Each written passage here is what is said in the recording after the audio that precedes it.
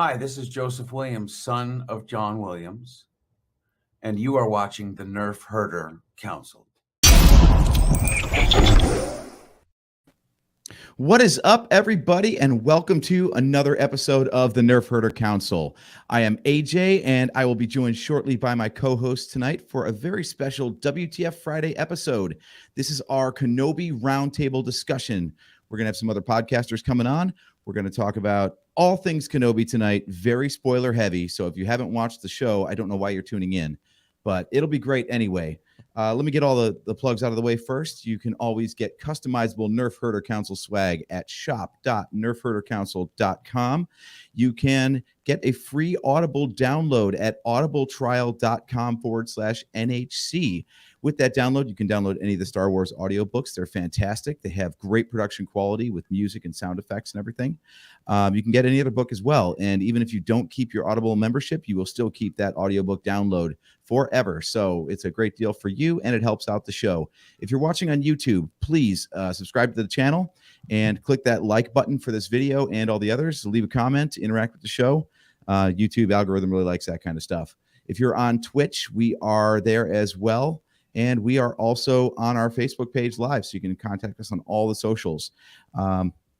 Without further ado, we've got our first round of guests here tonight. We're going to run it a little bit loosely. People will be jumping in and out, but let's go around the horn here. Joe, why don't you introduce yourself and your podcast and tell us what you're all about? What is up, Internet? I am Discuss Metal Joe. The guy below me here on the screen, that's Discuss Metal Dan. We do a sweet podcast. It's called Discography Discussion and Discuss Metal. And if you want to hear more about that, you should go to discussmetal.com or patreon.com/discussmetal. We have some sweet perks. We talk about bands' discographies, and sometimes we sneak onto other people's podcasts and talk about really nerdy things. AJ, what's up, man? Hey, nothing too much, man. Watched the show, loved it, and couldn't get enough in one podcast to talk about it, so we set up another one. Now is the time. You have a co-host on that podcast of yours, don't you? Oh, me? I think that's you, Dan. Yeah. That is me. Okay, cool. I never know when it's okay for me to talk. I never stopped him before. I co-host Discography Discussion with Joe here, and but I also I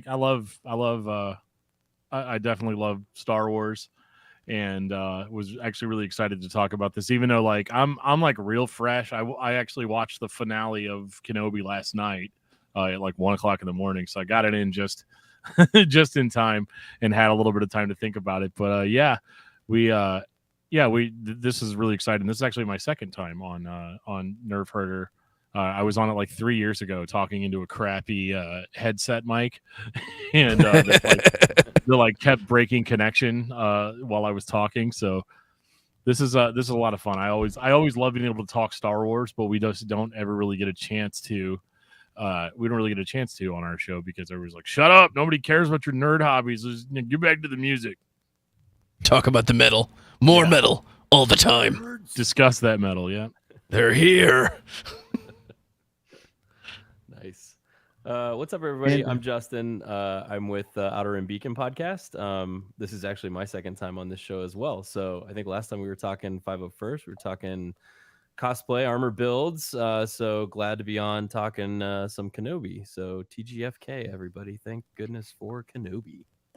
So much thank you for Kenobi. I see Mark Thrasher trying to find his way in here. You want me to bring him in, AJ? Yeah, let's bring in that guy. Who let him on the show?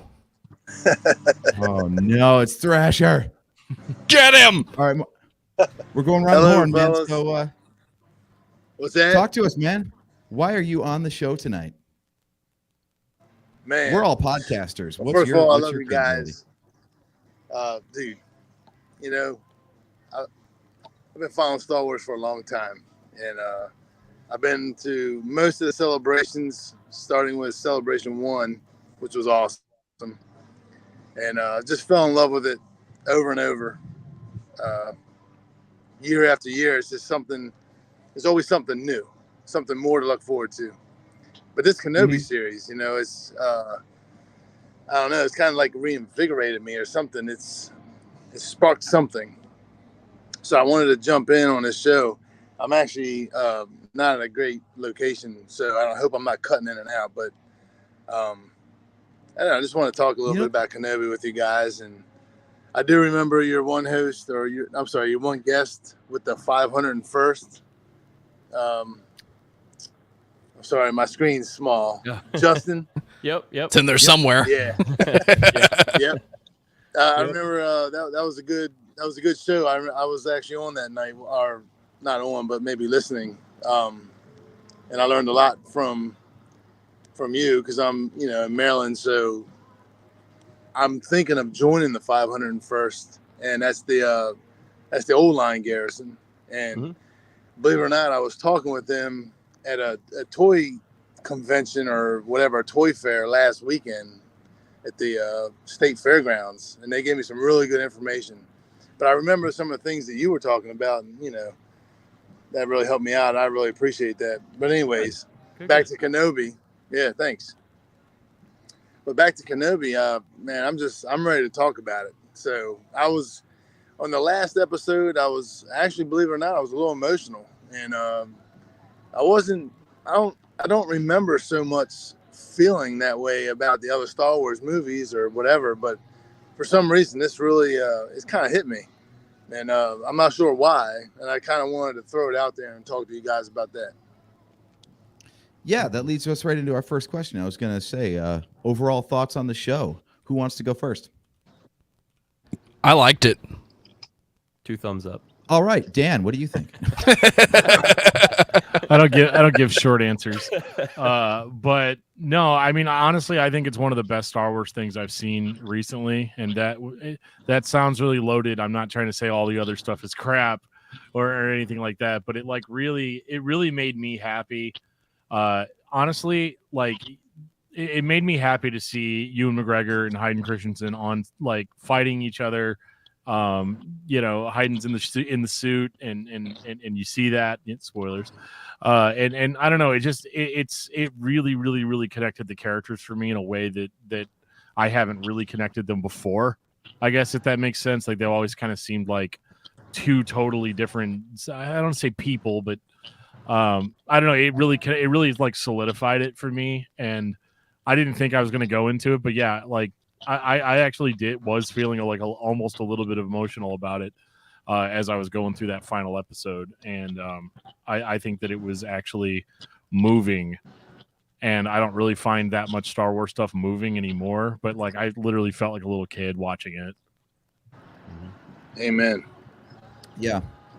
There's something about Ewan, like when after he had taken Vader down in episode 3. And he's like, "You were the chosen one." I'm like, "Oh my God, I feel that." And same thing with this one. When he got all teary, I got all teary. It was crazy. And I don't know. Anybody else? Because anyone else get hit in the feels like that? Yeah, a little bit. Interesting, because the 2 different the emotions that you get in Revenge of the Sith is a different emotion from Ewan than what we get here. I think there it was more shock, disbelief, just that surprise that he got that Anakin would be this person. He's upset, but it's more still hitting him. Here, when he's talking to him at the end, it's sadness, it's despair, it's I don't want to say not awkwardness, but like it's a different kind of confrontation and dialogue, I think, and a different kind of emotion that he has against Anakin here than what he did in Revenge of the Sith, which was great. I like the different emotional portrayal. It's a little sarcastic too at the very end. I mean, they're taking a throwaway line from a movie that was made in the 70s that may or may not have had all the forethought and foresight to, develop the character's backstory. Did George Lucas know all that? I don't think it matters anymore. I think you have a battle between an old master and an old apprentice in Star Wars that you take those throwaway lines. When I left you, I was the learner. Now I'm the master. Only a master of evil, Darth. Well, all the lore of the Sith has taught us that all Sith lords, they're Darth something. So that doesn't mean anything, but they're making it into a sarcastic, like, you're nobody. Like, he didn't even give him the name. Wouldn't even call him Vader. He wouldn't even call him, see you later, Vader. It was, okay, Darth. Like, it was a sarcastic middle finger of, you're nobody to me now. You're not even Anakin.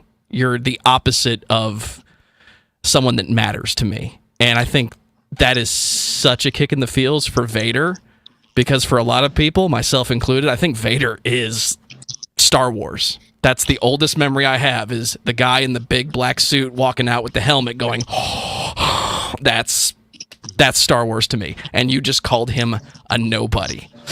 Oh, get you right in the feels, man. Vader did the same thing too with Obi-Wan. You know, at the end too, like, you know, Palps is talking to him, you know, at the end, and he's like, you know, what is this relationship to you? What does it mean? You know, it's clouding your judgment. And even Vader's like, yeah, no, he doesn't matter to me anymore. You know, like it doesn't matter. Whereas the entire point of the series up to that moment, it was completely driven by their relationship, and both of them sort of trying to figure out like where the other one was. Yeah, that's a good point. Yeah, everything was revolving around Vader's, pursuit of Kenobi after all these years, and then at the end for them to use each other's titles. You know, it's like the end of Return of the Jedi when, you know, Luke says I'm a Jedi like my father, and the Emperor's like, so be it, Jedi. All right, killed a bunch of you already, so what's one more? Like, we could have been friends, but you playing games. That was. Dude, that was great, throwing shade like that with the Darth line, yeah. And something I didn't know I wanted until they gave it to me. Child Leia. Yeah. I think this whole series could have existed with a single shot of child Luke doing his fake speeder thing, and we never go back to Tatooine.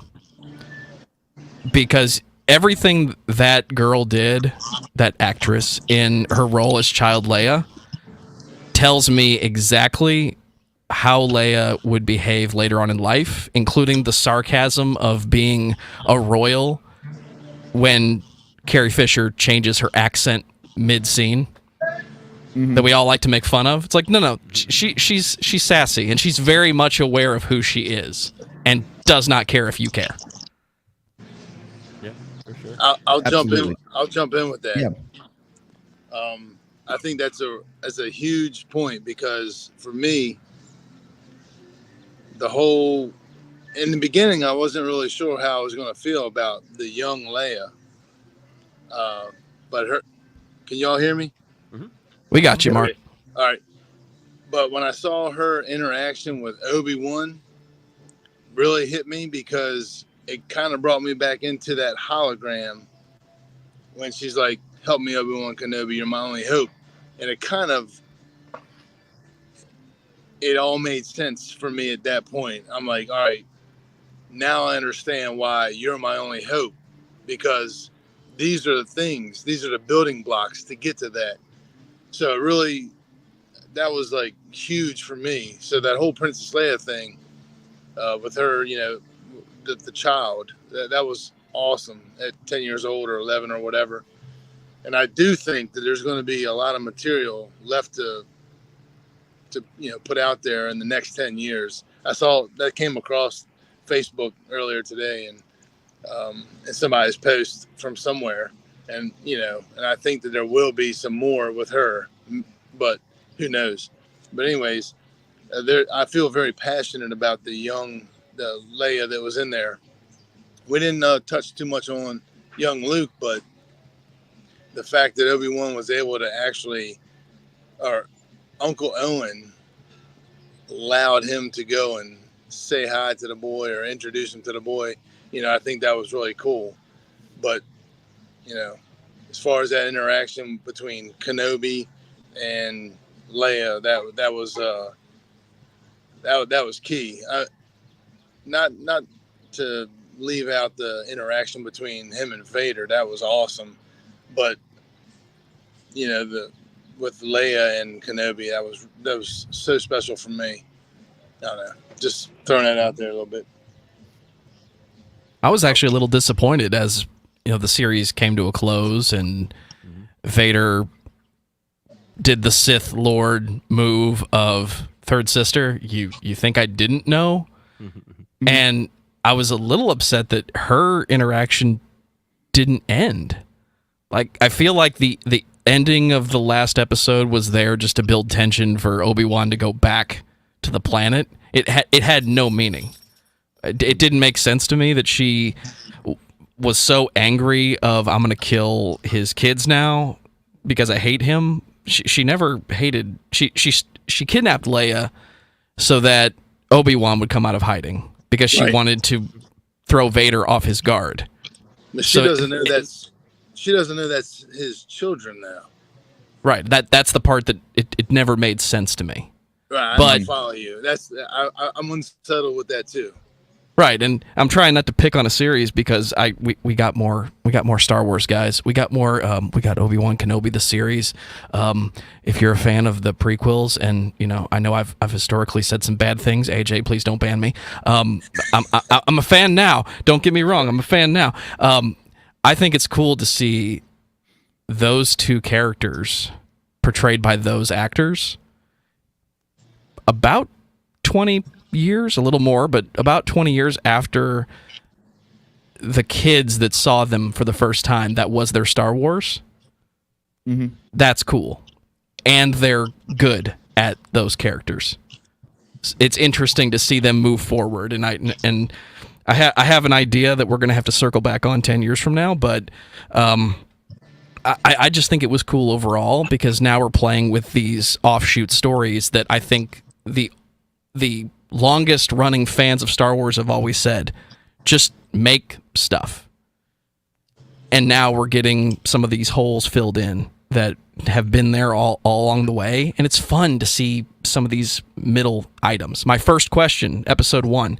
So the plot is you're kidnapping one of Vader's kids. How does he not know he has a daughter at the end of Return of the Jedi? It didn't matter if that question went unanswered throughout the whole series. It was just fun to say, how are you going to get out of this one, guys? How's the writing going to get us past this gap? Right. That's all new material coming. Exactly. They know what they're doing at Disney. Also, AJ, one definitive negative on the series, no Millennium Falcon. Oh, come on. You can't throw all that stuff in there. Star Wars would be overkill. It wasn't in Mando. You're going to want to see Han, or you're going to want to see Lando or somebody. That's too much. No, because the more stuff you throw in it, the more stuff people will be able to criticize in comment sections. And nobody hates Star Wars quite like a Star Wars fan does. Exactly. Dude, you got the Millennium Falcon in episode 3. Be happy with that. I'm happy. I'm happy with Millennium Falcon. Episode 7. The amount of people that complained about the T-47 the speeders and how the canopy opened and they're like, oh, that can't fit 4 people in it. It's only designed. I'm like, you're telling me there's all these starships in this galaxy and people can't modify or hot rod their starships for something else? Like, get out of here. Right. Come on. That's all the rebels did, was modify shit that's been around forever. Yes, exactly. Like, I get it. Like, and maybe one's a transport version of the same speeder. Quick, light, get in, get out. Built for extractions. It is what it is. Like, it's crazy. Pretty sure the BMW. Pretty sure the Falcon is modified. 4-door, it's cool. Yeah. Yeah. It's crazy. So actually, you were talking about young Luke and Leia. So I wanted to switch gears a little bit to the next question, which is, what do you think is your favorite achievement of the series? Like, what is the thing that it brought to the table that you were most surprised by? I thought they did the best with. Like, for me, it was young Leia. Like, I'd never considered telling a story with Leia at this age, and I was blown away by how well that fit in with the lore, and it was the perfect excuse to get Obi-Wan off of Tatooine. I'm like, what story could they possibly come up with? I'm like, Leia, holy crap. Yeah. Didn't think so I think working the kids in a way that didn't blow canon out of the water was probably my favorite. What about you guys? I'm gonna chime in real quick because I think my favorite thing was the series is only 6 episodes, but they did an outstanding job of introducing brand new characters that you instantly kind of gravitated towards, whether it was Roken or Tala or Ned B or whoever it was. In a matter of minutes, you felt for those characters based on the writing, their stories, how they interacted.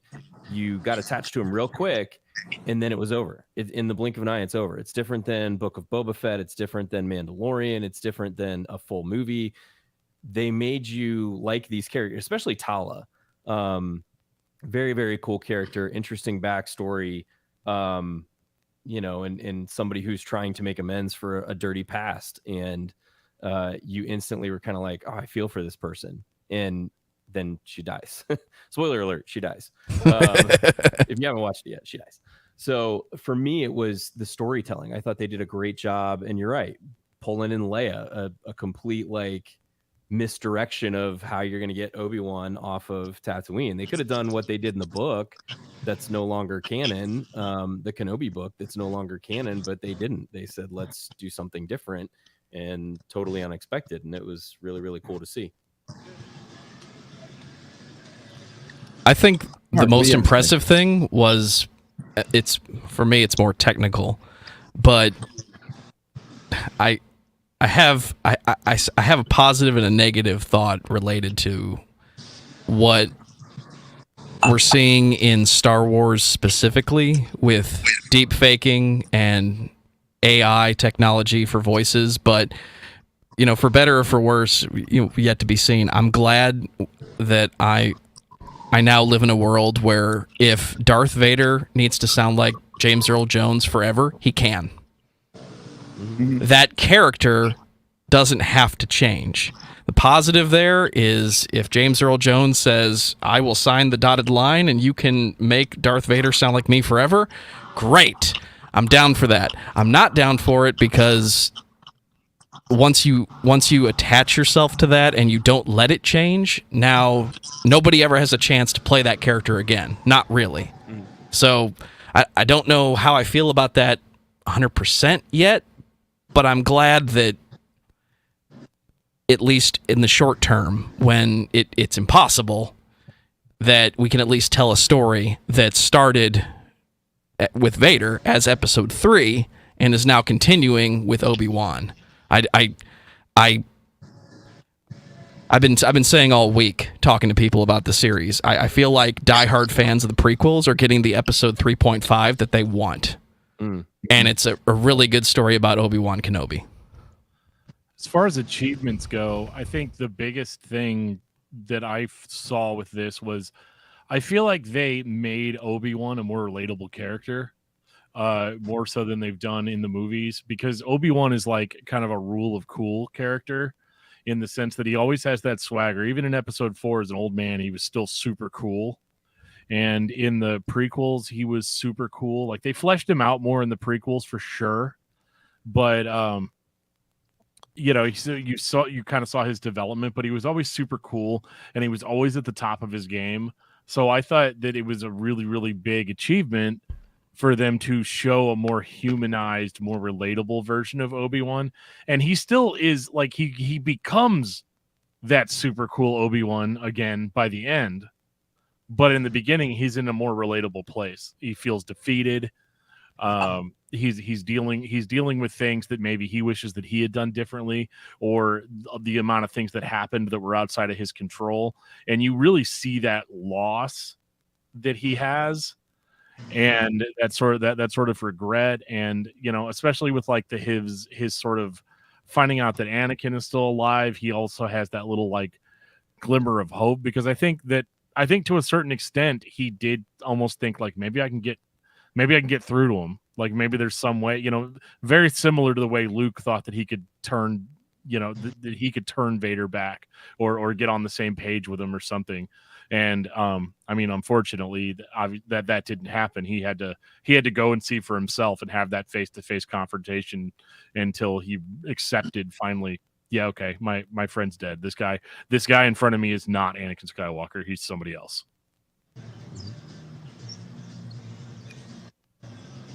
Any other thoughts? Word, dude. Mark, what about you? Yeah, I'll throw a quick. For me, the biggest achievement was the show itself. It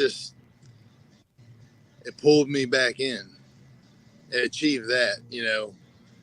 Not that the Mandalorian and the Book of Boba didn't do that. It was just like I needed something on the original story with original characters to be like believable and to, you know, hook me emotionally. And it did that. So for me, the biggest achievement was sucking me as a big Star Wars fan back in to the original story, the original trilogy or whatever. Yeah, I just absolutely loved it. I love it. That's all I got. I agree with that actually. Yeah, because all the chatter I've seen online is almost universal for this show. So to come up with something with how divided the fandom is over things, to find something that hits that sweet spot for like everybody, that is damn near impossible to do. So I think they did a fantastic job with that. Yeah, we got a couple of people chiming in the chat here. So we got Rural Farm Boy coming in. Thank you for checking out the show, guy. Evening, been a long while since. It's been 2 days. I don't know where you were, but we were already on. So you need to get on your shit. We got Kale McLeish in here. That's awesome. Welcome to the show. Thanks for tuning in. And yeah. Uh-oh. Here we go. Rural Farm It's Boy. happening. Calling out Justin. Doing good. Calling out the will say, Bendu. AJ, I gotta say this though. It's funny because we, you know, after the last time I had come on the show, we had chatted a little bit in Facebook, and I think you had actually asked the question. You had a thought about the Kenobi series.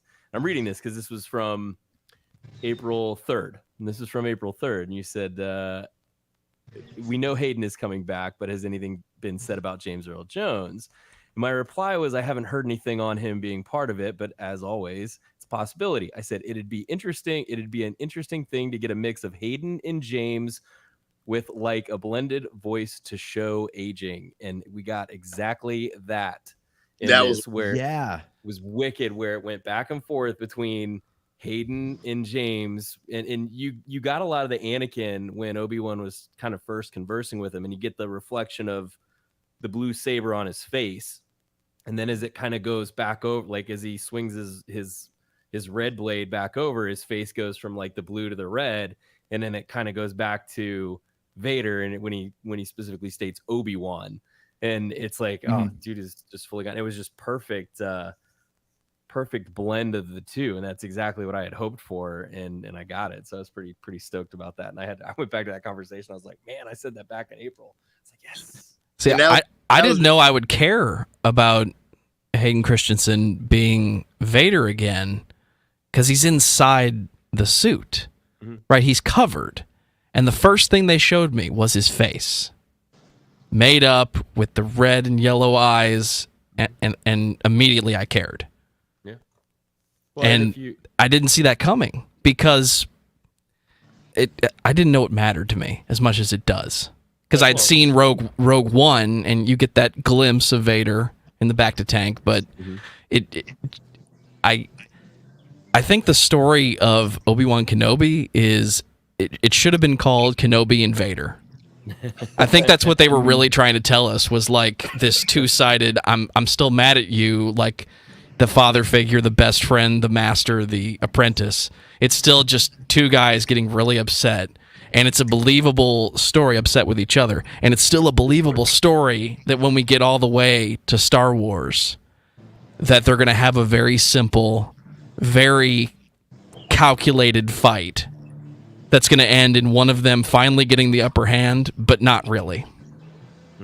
And that's you're playing with gaps in the visual storyline, and it's fine. It's just a good story.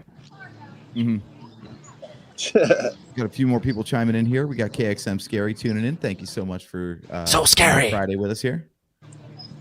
Kale's calling out something here. He says, okay, so thing I noticed, when Reva leaves her lightsaber behind, is that the same spot that Rey buries Luke and Leia's sabers at the end of Rise of Skywalker?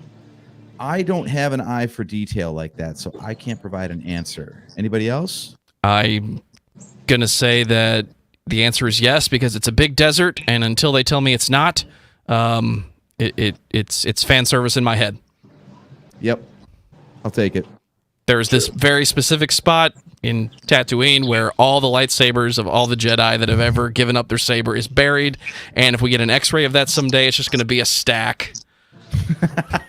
What order are the colors in? They're in a rainbow. There's a green one down there. Go find it. No, they probably all got swallowed by a crate dragon by now. I mean, That's why she saved it. There's a lot of death around the Lars homestead. Just putting it out there. Like it's just like it's like a horror movie. You know what I mean? Like there's just a lot of death surrounding that location, and maybe they should. Well, they can't move now, but Yeah. If you view like an overhead map of their property, I bet their moisture evaporators are in a perfect pentagram. Yeah, yeah. Like their homestead is right there in the center. Yeah. That's the most metal thing I've heard all day. Go back and look at this layout again. Maybe we need to change this because there's a lot of death around this location. So, yeah. Right. Yeah. I mean, no, it was good to see. Did you guys watch any of the panels or attend any of the panels from Celebration? Mm-hmm. Did you guys hear Filoni kind of talk about the animated stuff versus live action and why because there's obviously a lot of people like, well, why did you cast somebody else to play Sabine and not Tia Sakar, who voiced the character on Rebels? And he said, he basically was saying like, look, when it comes to Star Wars, I don't see animated characters versus live action characters. I see the character. Like that's, to me, Anakin is Anakin and Ahsoka is Ahsoka. It doesn't matter what she looks like in an animated version versus a live action version. It's still the same character. It was just interesting to hear the creators kind of describe that because, I mean, you know, Anakin looks different in the animated Rebels and in Clone Wars than he does than live action. So it was just kind of interesting to hear him say that. And if you think about it that way and you start to process it that way, the Anakin that you see under the helmet in the Kenobi series and the Anakin that you see under the helmet in the Rebels series, it just blends nicely. Like it doesn't matter. It's still Anakin, and it's the same person that if you love Darth Vader and Anakin's story, it's the same character that's there. It doesn't matter who's playing him underneath. So I just thought they did a really good job showing his face and kind of blending it to who he was as a younger person to, you know, the Vader, the Anakin that we see at the end of Return of the Jedi. And that's part of what I said earlier. Like, I'm upset on one hand that, yeah, if you're making these characters into cartoons effectively forever, they're always going to look one way. They're always going to sound one way. It doesn't matter who plays the character. So now you don't have a choice. You're never going to get a chance to really be Darth Vader because we can make Darth Vader look one way with the helmet on, with the helmet off. We can make him sound one way. But on the other hand, just because you can doesn't mean you have to. Mm-hmm. And that's the one thing he really didn't get to do in episode 1 through 3. You got a lot of what led to Vader, but I think Vader is the guy in the suit. Mm-hmm. And I think that I've heard, at least, that's the one thing he really wanted to do. And other than doing a really good impression of Frankenstein's monster, he didn't get an opportunity. So props to him for continuing and finally getting that chance. And I think it's a good future state to be in because now you have characters or you have actors that can play these characters as long as you want to and make as much content as you can with them, whether it's TV shows, movies, live action or animated, motion capture, whatever you want to call it. But you mentioned Sabine. I'm curious if they're going to start more of the Darth Maul trend of we got Ray Park back, but we know Maul to you all is this voice, so we're going to mix the two together. It's a happy medium that I want to see us get to with these characters, but again, it's just fun to see it. It's fun to see more of these characters, and I didn't care so much about the cameo at the end of the series. I was just happy that Ewan McGregor picked up Obi-Wan. Because even when I had negative things to say about the prequels, the one thing I never disputed was Ewan McGregor being Obi-Wan Kenobi in light of him being a younger version of a character Alec Guinness would play. Mm-hmm. Like that one-to-one, this is a younger Alec Guinness type character, has never been a questionable detail for me. that has made sense from day one, and I'm glad we got more of that finally. I have a good follow-up question to that. So, because you talked about Ewan playing a young Alec Guinness, right? And he really studied the role, picked up the mannerisms. I mean, Alec Guinness was great, so it's a great model to learn from. So Ewan really kind of dove into the role and learned and really studied that character, and it was a great portrayal of a younger Obi-Wan. How do you feel about Rupert Friend as the Grand Inquisitor? Makeup aside, costume aside, live action version aside, because I believe I forget where it was, but he didn't study. Was it Jason Isaacs that plays the Grand Inquisitor in the animated version, the Rebels version of him, which is it's a little bit different voice and a little bit different speech. What do I want to say? Pacing. Cadence. Thank you. Mm-hmm. It's a little bit different version of the Grand Inquisitor here than what you see in Rebels, and it's noticeable, and it's very noticeable. Did you guys how do you feel on Rupert Friend's performance as the Grand Inquisitor? It's a tough one, I know. Daniel, I think in appearing less menacing, he was actually more menacing in a way. Just like, I don't know, just having that like sort of blank, calm tone, barely, not really raising the speaking voice unless it was important, like unless it meant something. I don't know. I found the portrayal in Kenobi to be kind of more unnerving, because like even whenever dude seemingly bites it in the in the second episode, like you already know just based on his portrayal thus far, this is not the last we're going to see of this guy. Yep. You know what I mean? Like he's going to be back, and it's going to be terrifying. And I also really liked the sort of rapport that him and Vader seemed to have already. That they were sort of both in on the plan to kind of like use Reva, like in that way in order to basically, like, I don't know, they're like know your place trashed kind of moment, I don't know. I just think they worked really well together. So I actually really, really liked this portrayal of Grand Inquisitor. I thought it was really, really good. And at first I thought that he looked goofy. But then I was kind of like, yeah, actually, though, the cartoon doesn't actually look like a real person. So, like, how do you, how do you really translate that, And I think they did as best as they could, and the portrayal was so good that you forget about like that initial, like, this guy just looks like a painted clown, kind of moment. I could take the opposite stance on that, though, because when we first saw the images of the Grand Inquisitor from Entertainment Weekly, everyone said that, like, well, you can't possibly expect a live action version of an animated character to look the same. And my rebuttal is, we already had a POW in Revenge of the Sith. It was a live action design before it was ever animated.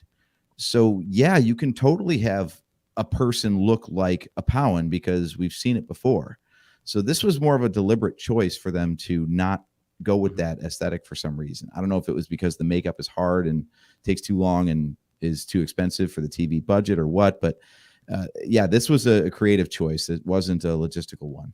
Well, and Star Wars today is so handheld from a visual, from a story perspective. We don't know where they're going. Not really. We think we do.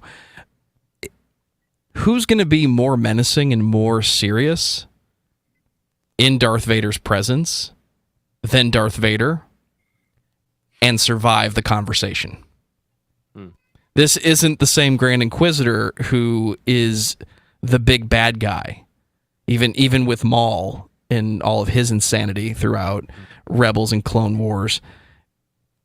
As evil as you've seen the Grand Inquisitor, Vader would almost consider that insulting, because you're trying to out bad me. That he acted as if he was going to kill somebody for that. So it makes sense that, yeah, he's a bit of a clown. He's a bit of laid back because you're standing in the presence of the boss, who is the boss of the boss, who reports to the big evil Emperor Darth Sidious, and you're going to try to be the big bad. He will end you with a thought. One of these, and you're done. So what are you going to do in that scenario? Master, are we good? You let me know what you want me to do. I want you to pretend you're dead. Let her think she killed you. Mm-hmm. What do you want me to do while I'm doing that? Well, stay tuned because that could be a series. Well, yeah, I mean, you want to stay calm whenever your boss is like literally a rage monster. You know what I mean? Like literally anything set up. So yeah, like the calm demeanor sort of makes a little bit of sense in that. Hey, giving this demeanor of like every time Vader gets bad, he's like, you know what, buddy? It's not really not that bad. You got to think of it like this. You know, like I don't know. It's not really like that.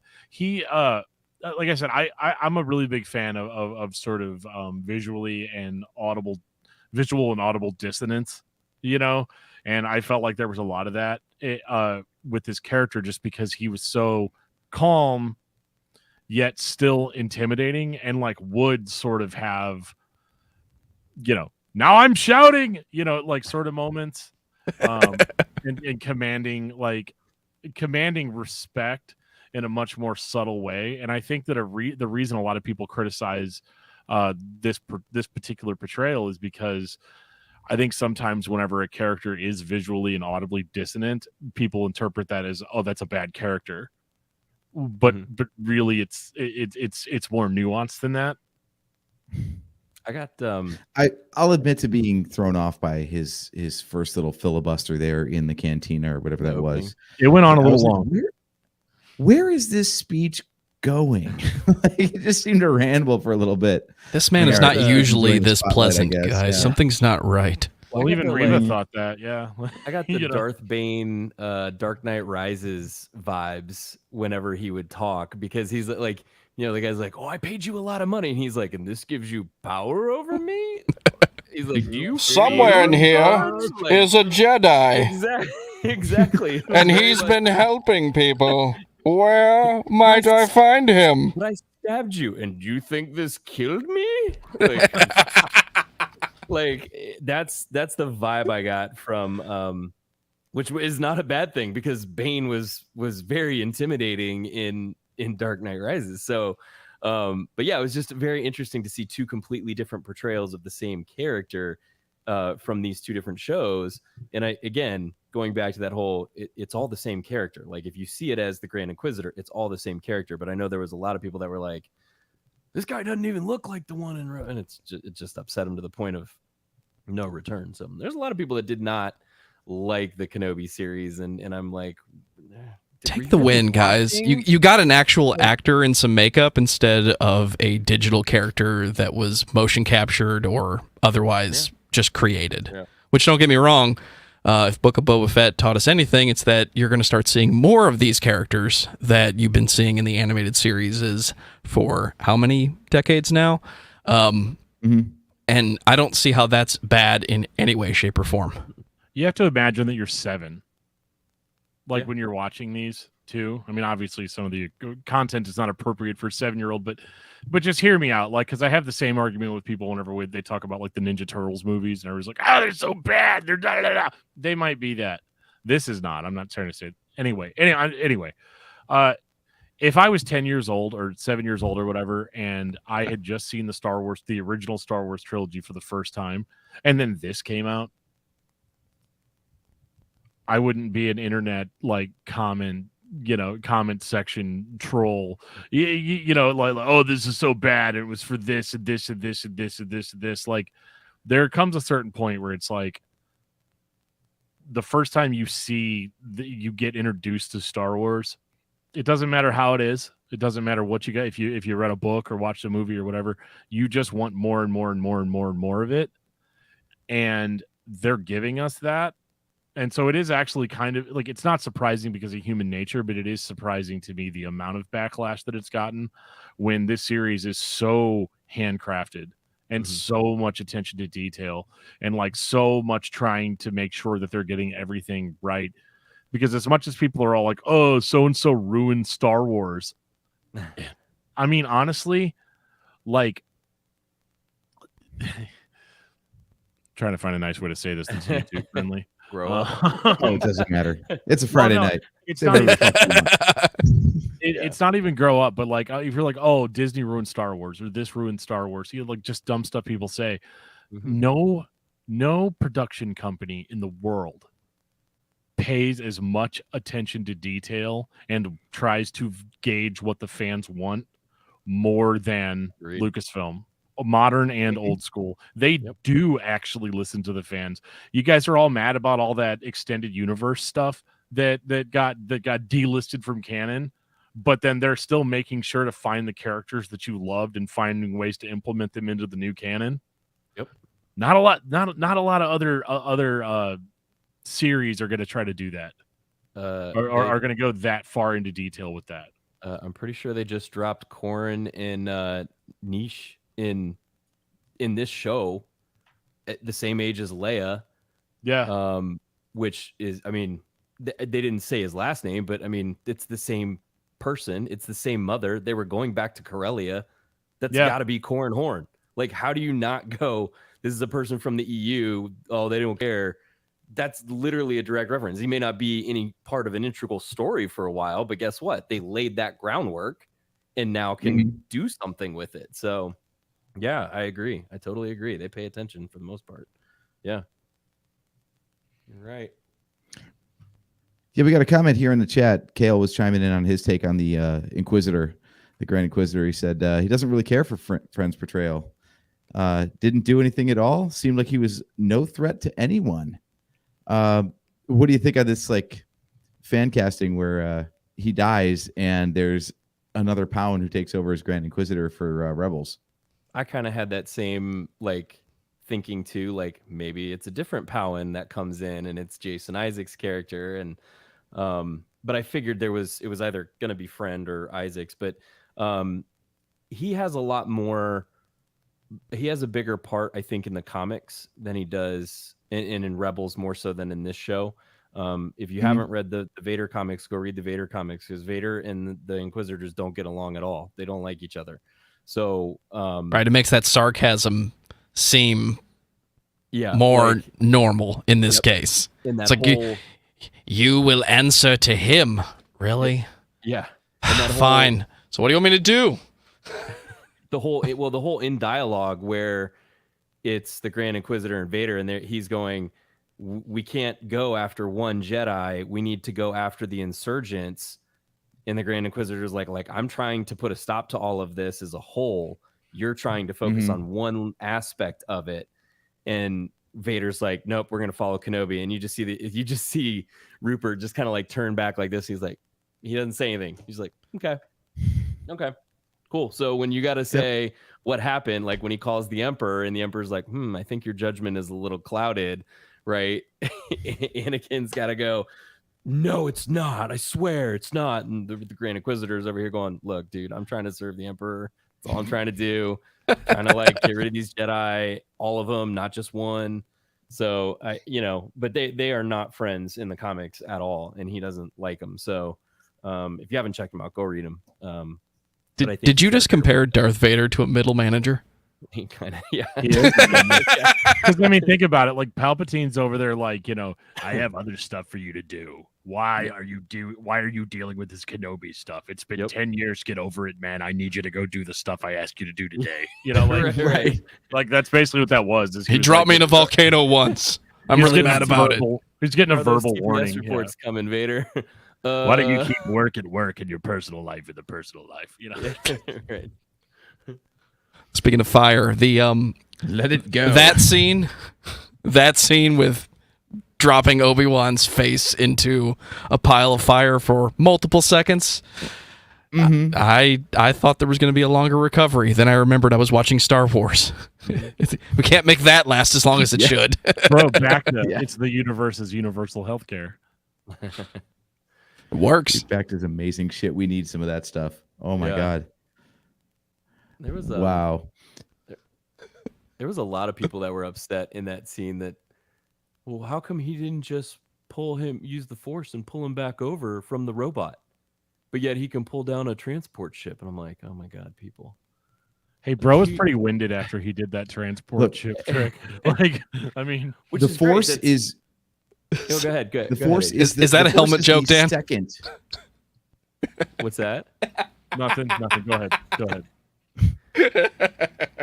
Look, there's one universal truth in Star Wars: is that the Force is the second most powerful force that there is. The first one is the plot.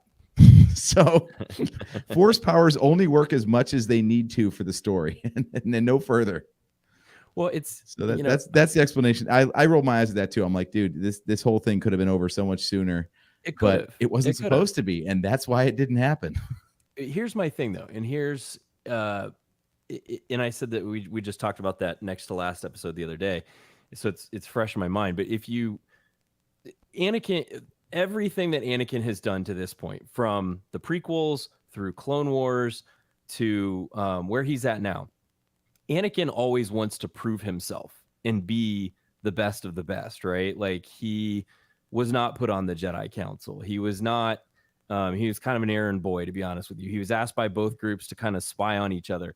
Everything he does in the Clone Wars, especially in season 7, when he shows up to save Obi-Wan and he's just strolling over, walking across the bridge, right? They're shooting at him. He's just like dodging bullets like this. And he's just walking out there. He's proving he is the best Jedi out there. And I think in that moment, right, when he is thoroughly kicked Obi-Wan's ass to this point, and he's dragging him into the fire, right? And then all of a sudden Tala comes in and kind of saves him, and Ned B pulls him out. At that moment, he realizes Obi-Wan is not the person that he was when they last faced, 10 years ago, prior to that. Mm-hmm. And he knows, if I beat Obi-Wan right now, that doesn't prove anything. In my mind, in my heart, I just beat up an old man who doesn't commune with the Force anymore. Like, what does that do for me? I want to beat Obi-Wan when he is at his best, to prove myself and to prove to him that I am better than him. So he lets him go. He lets him go there. And then when he gets on later on and he does the Starship, I was a little bit like, oh, okay, here we go with the Starship rope-a-dope thing again. Like, oh, it's a second transport ship that gets away. I go, okay, there he wasn't paying attention, because the lesson he had just learned in fighting with Obi-Wan was that, hey, you cannot be so narrow-minded and focused on one thing, or you lose focus on everything going on. And he was so focused at pulling down that starship, the other one left, and he was like, well, damn it, I missed it again. And then at the end, when you get the big saber fight, right, here it is, Obi-Wan at his best, Anakin at his best. And now he goes, okay, now it's a fight. So when people go, oh, I was upset, why didn't he just pull him back across the fire? I go, that's why. Because he knew he was just going to beat up an old man who couldn't fight. And that wasn't worth anything to him. Wasn't worth his time, wasn't worth his energy. And it didn't prove anything to himself or Obi-Wan or the Emperor at that point. So I think, Anakin's character is by far one of the most in-depth characters in all of Star Wars. And it's so complex from start to finish that you could go many different ways with who he is. And, when he says, when Obi-Wan's talking to Leia at the end, and he describes her parents to her, and she says, he says, your mom was wise, discerning, and kind-hearted. Those are traits you got from your mother. You're also passionate, fearless, and forthright. And those are the traits that you got from your father. That's Anakin to a T right there. Like, she's fearless. She's going to go attack things. And that's what Anakin was. So that's how I kind of justify that scene in my canon head, I guess I should say. But it was just funny to just see people go like, well, I don't understand why you can pull down a starship, but he can't pull a robot over some fire. Then there's the plot. We have 3 more episodes to go. That's too, right. That too. So if he doesn't let him go, what are we going to do? Right. I was actually surprised that they put them together that early in the series, like, because I'm sitting there, all right, episode 3, let's go, and I'm like, we were never going to even see them in the same room until the final encounter or whatever, like a video game, like he's got to make his way to the final boss, which is Vader, right? Mm-hmm. But no, I was actually really I liked that they fleshed out Vader even further here by not showing him enough to where he's still scary and still intimidating, because everybody's changing their pants after they find out Lord Vader's coming. You know what I mean? It is one of those really scary moments. But at the same time, they're still developing. They're still sort of fleshing out his character even more. But now it's like even harder because like with Anakin, you have to make him good, but have like a little bit of a dark streak, right? But then with Darth Vader, it's like all evil. And even here, he's still like, I mean, he's singularly focused on his hate.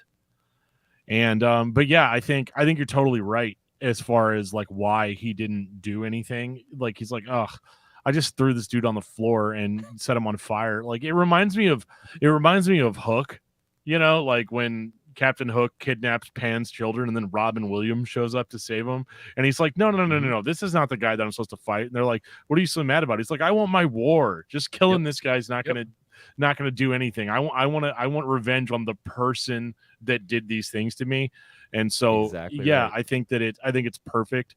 And also I my initial thought on that was, your take is better, but my original take was that like he was just trying to instill terror in Obi-Wan. Like this was all just a demonstration of how powerful he was.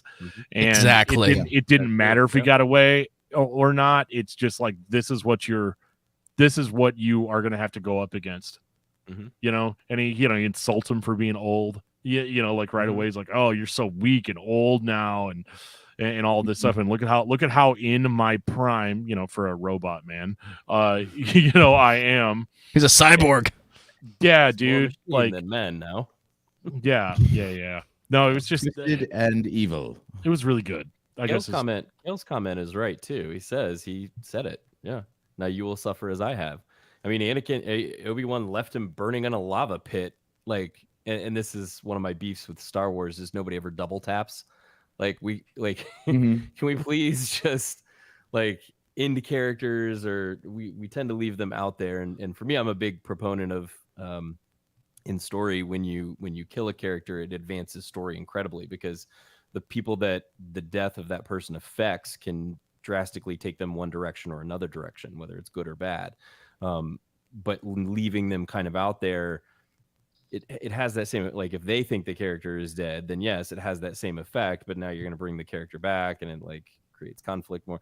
You get it. It's perpetuating continual stuff. But for a reader or for somebody watching, nothing quite brings your emotion into it like killing a character that you love to see or that you enjoy. If you read the High Republic novels, you know, Loden Greystorm gets iced within like the first book, but they made you actually like the character, and then they tortured him through most of the first book, and then they kill him at the spoiler alert if you haven't read Light of the Jedi. Sorry. Oh, that was a great book. That caught me totally off guard at the end. Yeah. And his Padawan's just like, he finds him like as a stone husk of a being, and it. But I mean, Kevin Scott and Charles Soule, they do such a good job of like, hey, we're gonna make you love this character, and then we're gonna kill him, and then we're gonna kill this person, and like it perpetuates stories so much faster for me anyway. But no, Kale's right. He definitely was like, no, you left me burning in a lava pit. I'm gonna do the same thing to you now and just play around with you for a little bit and make you suffer. And he definitely did that. So. Yeah, but Obi-Wan had nice people to save him. I mean, all Anakin had to rescue him was just a crinkly, crusty old man. Yeah. Also, props to Dan for coming up with the exact verbiage of the executive meeting where they wrote the plot for this series. Yeah, do it like Hook. Do it like Hook. Yeah. Just have him kidnap one of the kids, and then it's fine. I never actually put that together. Yeah, that's absolutely really right. Yeah, that was right. That was really good. That was a good comparison. Yeah, I watch a lot of Dustin Hoffman movies. Anyway, gotta watch Dustin. I mean, tying back to favorite achievements of the series, I think another one was the whole Anakin Vader thing.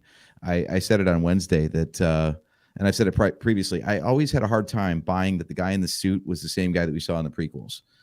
I just, the mannerisms, the dialogue, like everything about the character was always too disconnected from each other for me to really buy in that one became the other. And in this series in particular, I thought maybe it's just by putting Hayden in the suit, or maybe he wasn't in the suit and he was just there for close-ups. But Vader seemed to move more like Anakin, but not all the way. to where I really felt like this was a blend of those two characters, that I could believe that the guy showing up in episode 4 was an extension of this version, not the guy that we saw getting burned alive in episode 3. Isn't it Legends now? I don't know if it's still canon, but didn't Vader have multiple additional limbs added, removed? It's Like in the Vader comic now. He basically gets put out. I think it's one of the first or second episodes. He's put out on a planet, like he's got missing his arm, he's missing a leg. He puts basically a B1 battle droid arm on his arm, and he uses that for a while, and he just basically has hodgepodge parts. That's so good. That's so good. I forget what it was. I forget what it was because it's been a while since I've read it. It was something like the Emperor was testing him or doing something like, and basically he was mad at him and basically like schooled him and then kicked him out to this planet and said, all right, if you're really the evil person that you are, then you need to survive, and just left him out there for dead basically. And he moshes parts on his body, and that's how he survived. And through the course of that meets Afra and a couple other people. But that comic is really, really good. That's the scene where he gets surrounded by the rebels, and he's like, all I smell is fear, and see is fear and dead men, or something like that. And it's the bad Vader that we were waiting to. This is the bad Vader that we were waiting to see, that you got in that comic. So yeah.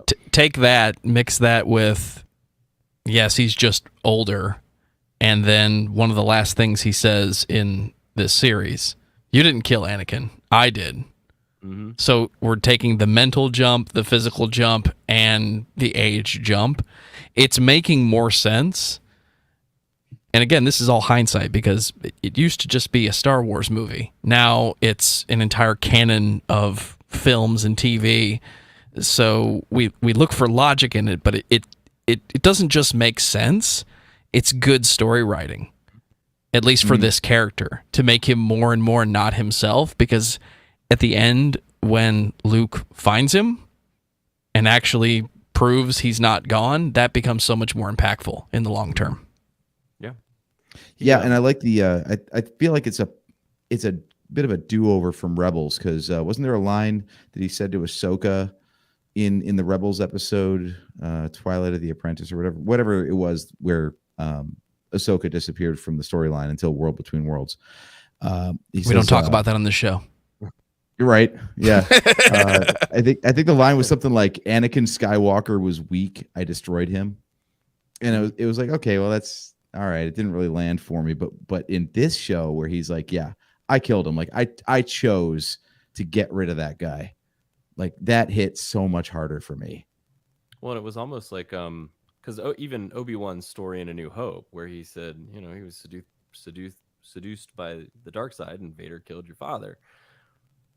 When you go back and you watch the prequels, and if you stood on those 3 episodes alone, you think, oh, Palpatine manipulated him and turned him. He was tricked into being evil. Yeah. In actuality, It almost seems like Palpatine kind of planted this tumor in Anakin, and it continued to grow and grow and grow until it overtook the person that was there.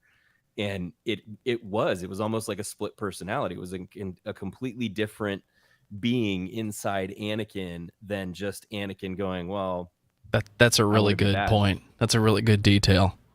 I hadn't thought about that side of it yet, but now it makes the Obi-Wan holding Luke's hand and not telling him, doing the mentor trick of, I'm not going to tell you everything. But then when you figure it out, it's, well, what I told you was true from a certain point of view.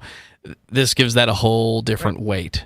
I had always, until he had that conversation in this show, I had always just viewed it as Anakin fell to the dark side, turned bad, and yeah, there was a little bit of discontinuity in Obi-Wan's story. I mean, he's just basically trying to not lie to him, but not give him the full truth.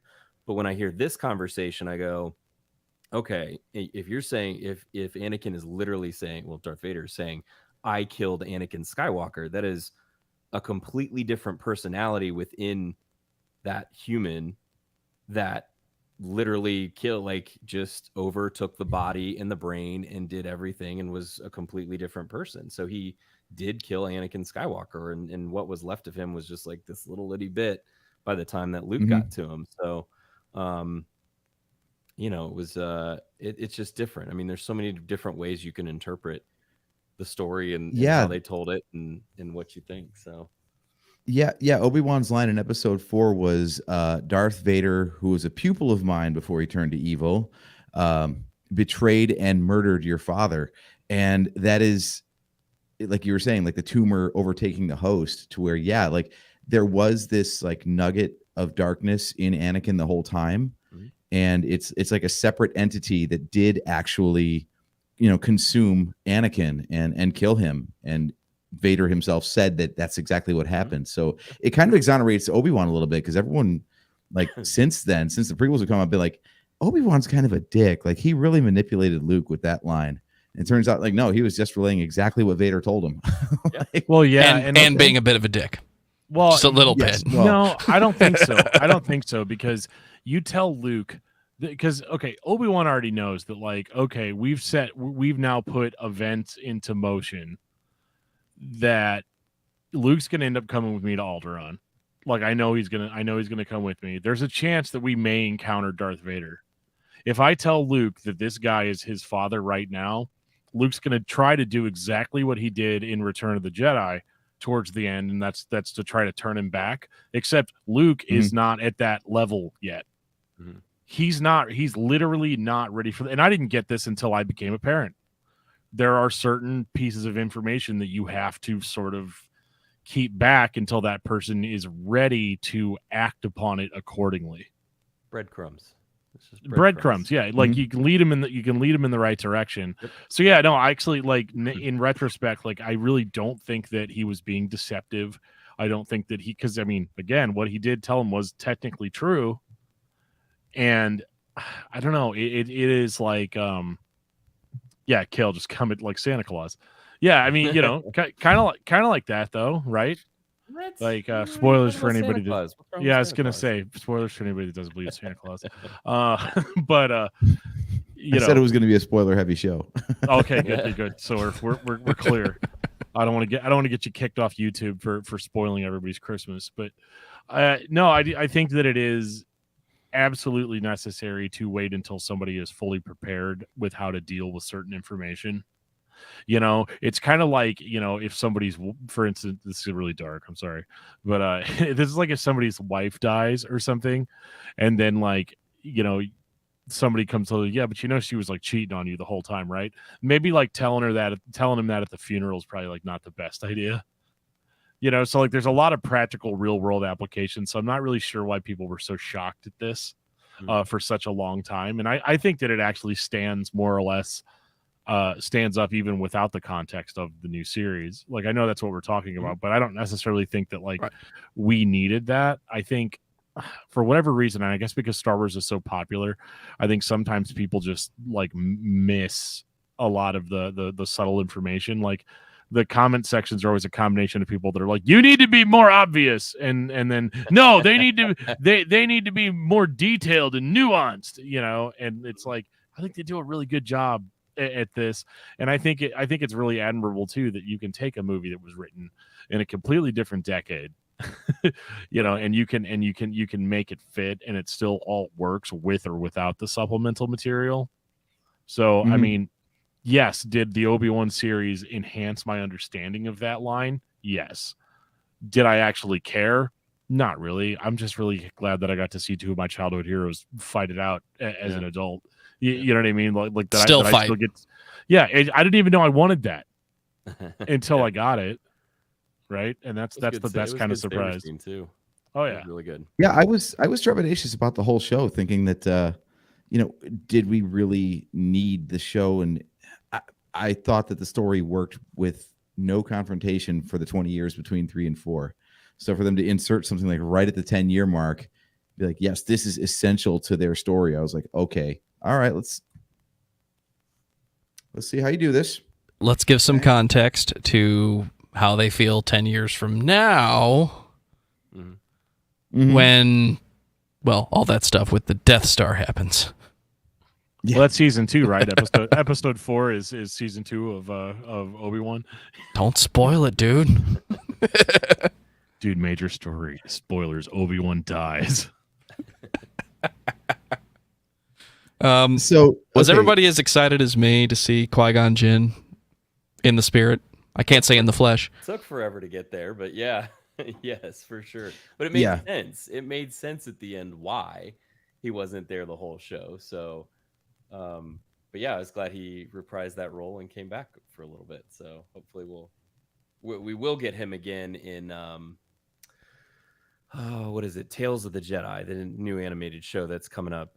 He is coming back to reprise his role in that, but his son, I believe, is playing the younger version. His real son is playing the younger version of Qui-Gon in that show, which will be it's Qui-Gon and Dooku. So I love it. Oh, Oh, nice. I'm in already. You guys not seen this? Oh No. my gosh! So Tales of the Jedi, they dropped at Celebration. I went to that panel. They showed one of the episodes in its entirety, which was literally Ahsoka's birth, and where she's at, and like her family, and kind of how she is who she is. But there's 3 episodes, I think, with Ahsoka, Dooku, and Qui-Gon, when Qui-Gon is Dooku's pupil, and Mace Windu is in it a little bit as well. We had some shots of him in it, and it looks just very interesting because Dooku is not afraid of confrontation and not doing things, not afraid to do things to get the job done, from what I gathered in this. And I think Qui-Gon is very taken aback by that. But it's him as just a young, impressionable Jedi. So I'm kind of excited to see what that one looks like too. So it's definitely, they said it's definitely darker. I am too. AJ, how come you didn't talk about that in your recap? Because I'm gonna I did need not an attend that explanation, man. panel. That's all new information to me. Oh, I heard the announcement of the show, but not the details. yeah. So they what panel did, was that in, Justin? It was in the celebration stage. They did a big panel in there. So you got to basically sit in that arena, and they, Filoni came out. Who was with him? I can't remember who else was with him. It wasn't Ashley, but there was a couple other people that came out. Oh, the mother, the woman that plays, what is her 181st TIE pilot from from the video game. And from Battlefront 2. Yes, from Battle. Thank you. Yes, from Battlefront 2. She plays the mother. She plays Ahsoka's mother. And she came out and they talked about it. So, but yeah, they talked about it a little bit and kind of showed some screenshots and stuff, and then said, "Hey, do you want to see the first episode, or do you want to see a full episode of one of the shows?" And it was the Ahsoka one. So, it was pretty cool. Yeah, because nobody in that audience is going to say no. Yeah, no, right. They want to show you something, just say yes. Ultimate Star Wars troll. You get the entire audience at Celebration just to say no to something. Yeah. Like JJ comes out to tell you about episode 10. Who wants to see a trailer? No, please no. I like to be surprised. No. But yeah, it was really cool. That was actually one of the few panels I think that I went to that they showed a full thing of. There was a lot that they just showed teasers or clips or artwork or things like that. That was the only one I think I went to where it was, hey, we're going to show you a full episode of something. So it was kind of nice to see. So, yep. Yeah, I was really hoping that the Bad Batch panel was going to have the first episode of season 2, but oh well. Yep. That's Can't have everything. Yeah. It was a great trailer though. Great teaser trailer. So, But and it was still Celebration exclusive. The one that went on to YouTube was not the same as the one that we got, at Celebration. So that means somebody made a mistake and put something in it that they weren't supposed to. They flipped them. They got the wrong one. We were supposed to get the longer one, and YouTube was supposed to get the shorter one. It's like, no. Right. So sorry, keeping it on Kenobi here for a bit, because we're I know. We're doing a great job of talking about Kenobi. We're just not doing a great job of covering it because we're getting up on here and here and here. It's a WTF Friday, AJ. Well, yeah, the problem is I stand while I do these podcasts, and I'm already in like an hour and 15 minutes on here, so either that or you're going to see a shift in the camera angle as I sit down. But yeah, so the thing we were talking about before, like Kale was talking about in the chat here about how Leia getting her holster, for example. I don't know if that would count as like existing lore, because I never really noticed that Leia had a gun holster. Is that like a really famous bit of Leia's outfit that I just missed all this time? Not that I'm aware of. Not in like the visual media, like movies, TV, things like that, but in the comics she does have a brown holster with her white outfit, and it's a new comic coming out, the Princess Leia, or the Leia version coming out. She's got like a brown kind of cape with like a white outfit. She does have a brown holster on her waist and the brown boots, very similar to what she was wearing in that last little bit. So okay, so there's a lot of love for the comics in this series then. I haven't started that. I don't know if that one's out yet. I know the number 1 issue is supposed to drop soon, or came out relatively soon, like recently, but I do tend to read the comics. I try to read as much as the comics as I can, and the novels, just because it fills in a lot of gaps. I'm currently on Brotherhood right now, so I'm getting a lot of love that book. I'm only like 5-6 chapters in, so don't spoil that for me, because I do want to get into that. I was happy I got more Dexter Jetster in like the first chapter of that, like first 2 chapters of that, so that was kind of cool. I like how Justin is dropping spoilers, and then he's like, "No, wait, not me! Don't do it to me, AJ." Yeah, yes. Sorry. I'm not too far into that book yet, but it's been good so far. I've enjoyed it. So, but the comics have a lot of stuff just visually and reference wise, or how characters met, that you may not get on screen, otherwise get on screen. So I think it's a visual detail that they use in the films, but they don't really talk about it. And then when you build the comics, you focus on that, and now it's a reference for the newer generation. Like, hey, this thing that we've been paying a lot of attention to for the past few years.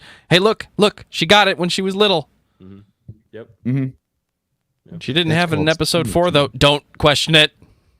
Yeah. Just keep watching the movies, guys. Well, you're not allowed to. Right, You're not. right. You're not allowed to wear a gun holster to a diplomatic mission.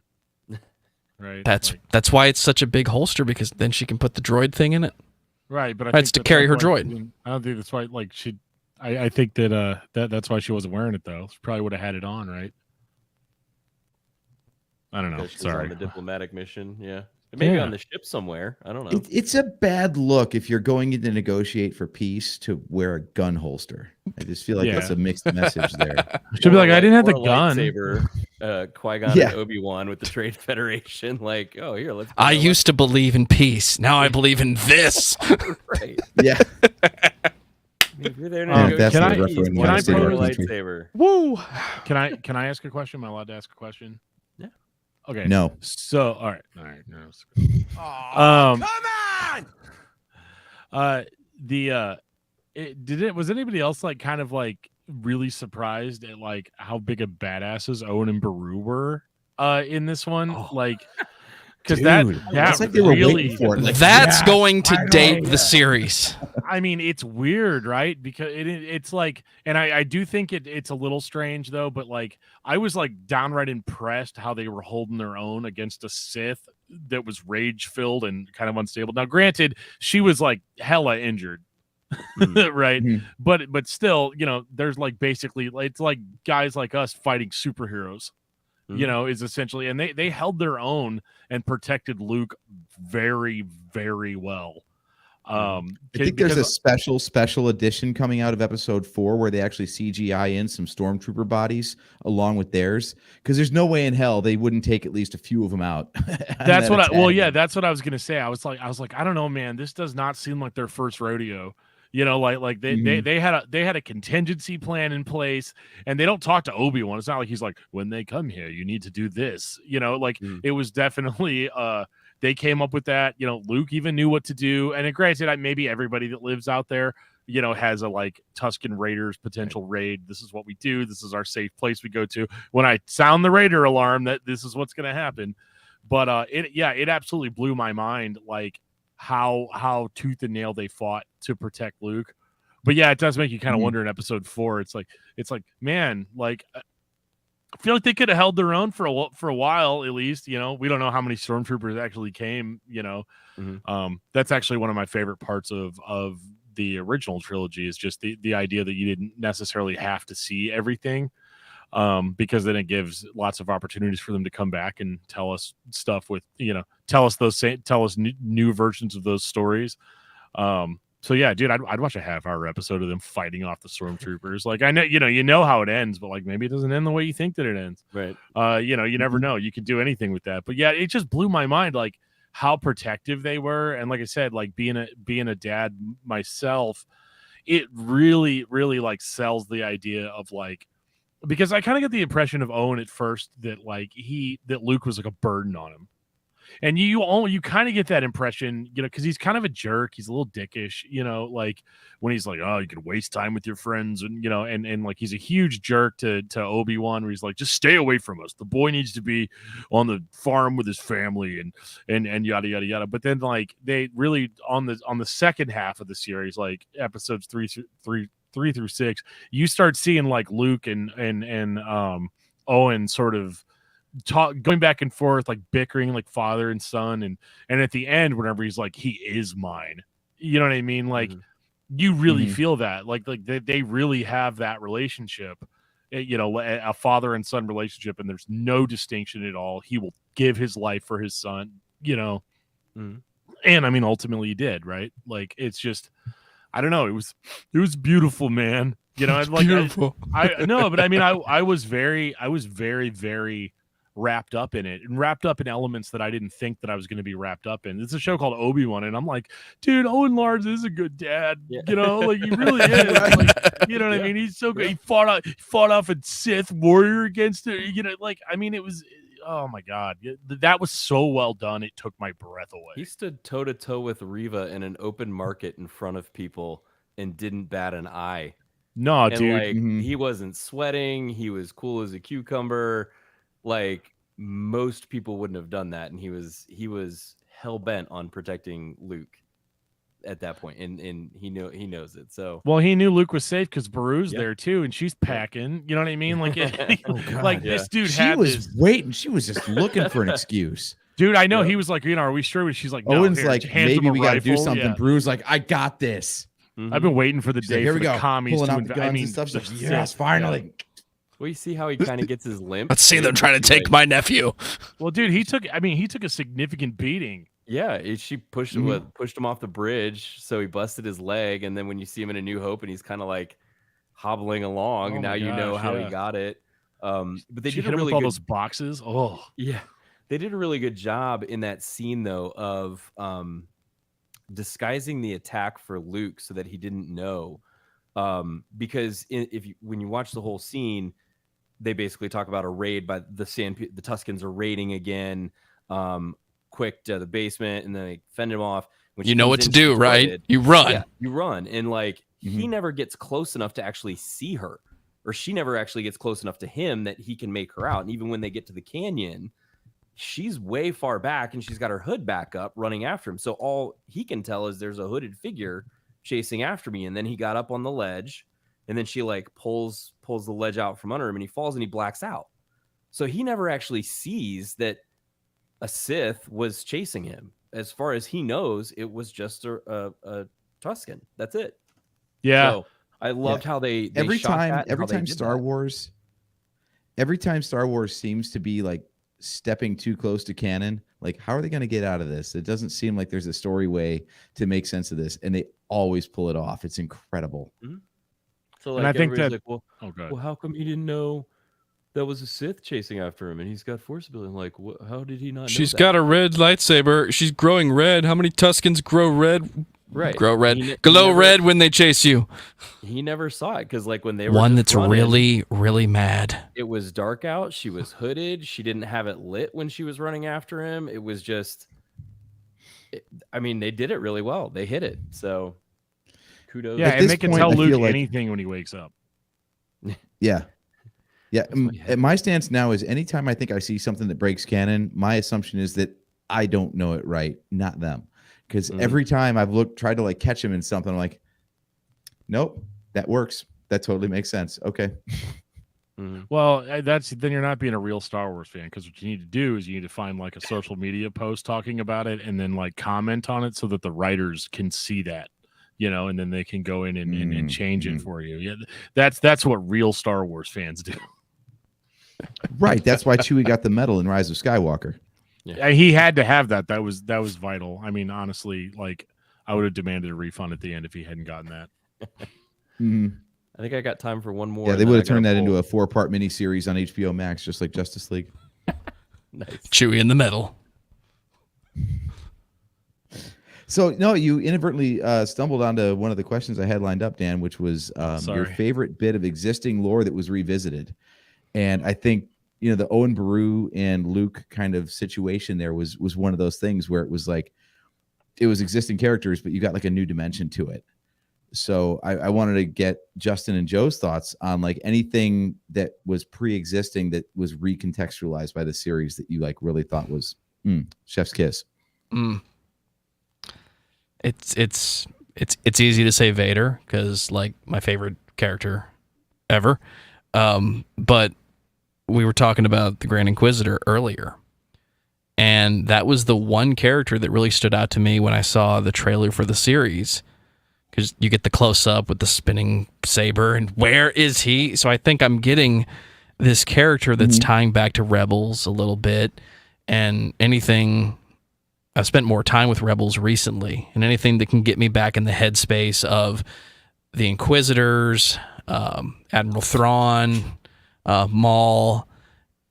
I like seeing the series that I did not spend a lot of time with that told good stories.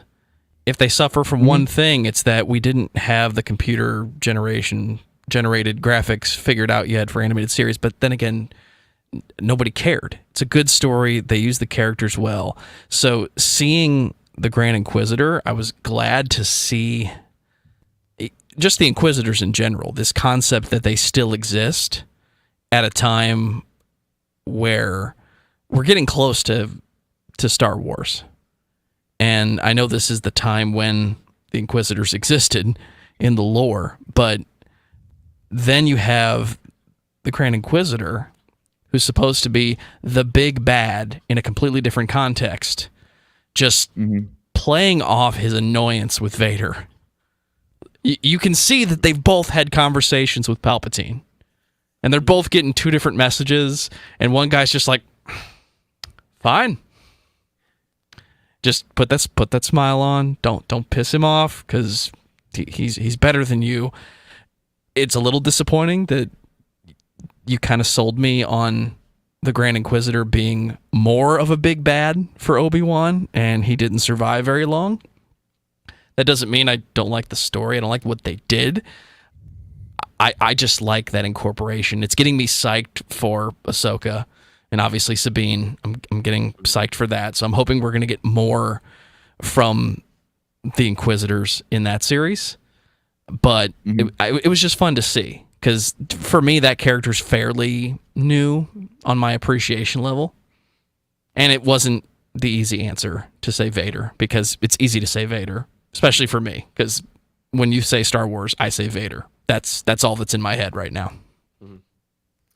Existing Justin? lore, I would say probably the whole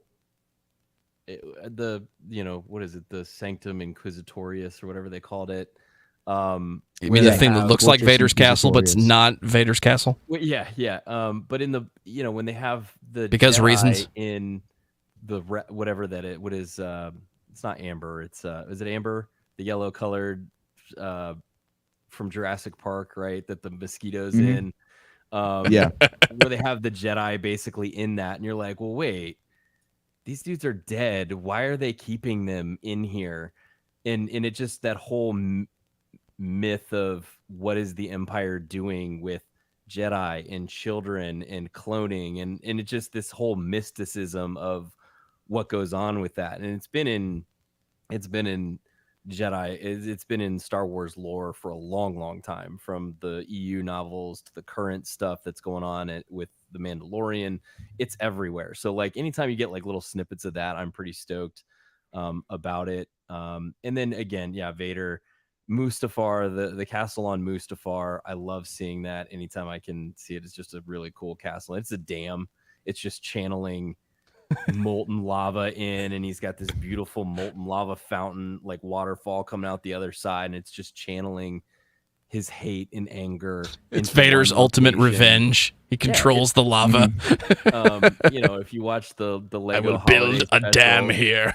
where they try to turn Vader's castle into a hotel and casino. It's pretty funny. So anytime I can Dude, the Lego Star Wars specials are fantastic. Oh, he and then they find like all these secret passages underneath, and the guy that's helping him in Rogue One when he announces Krennic is there.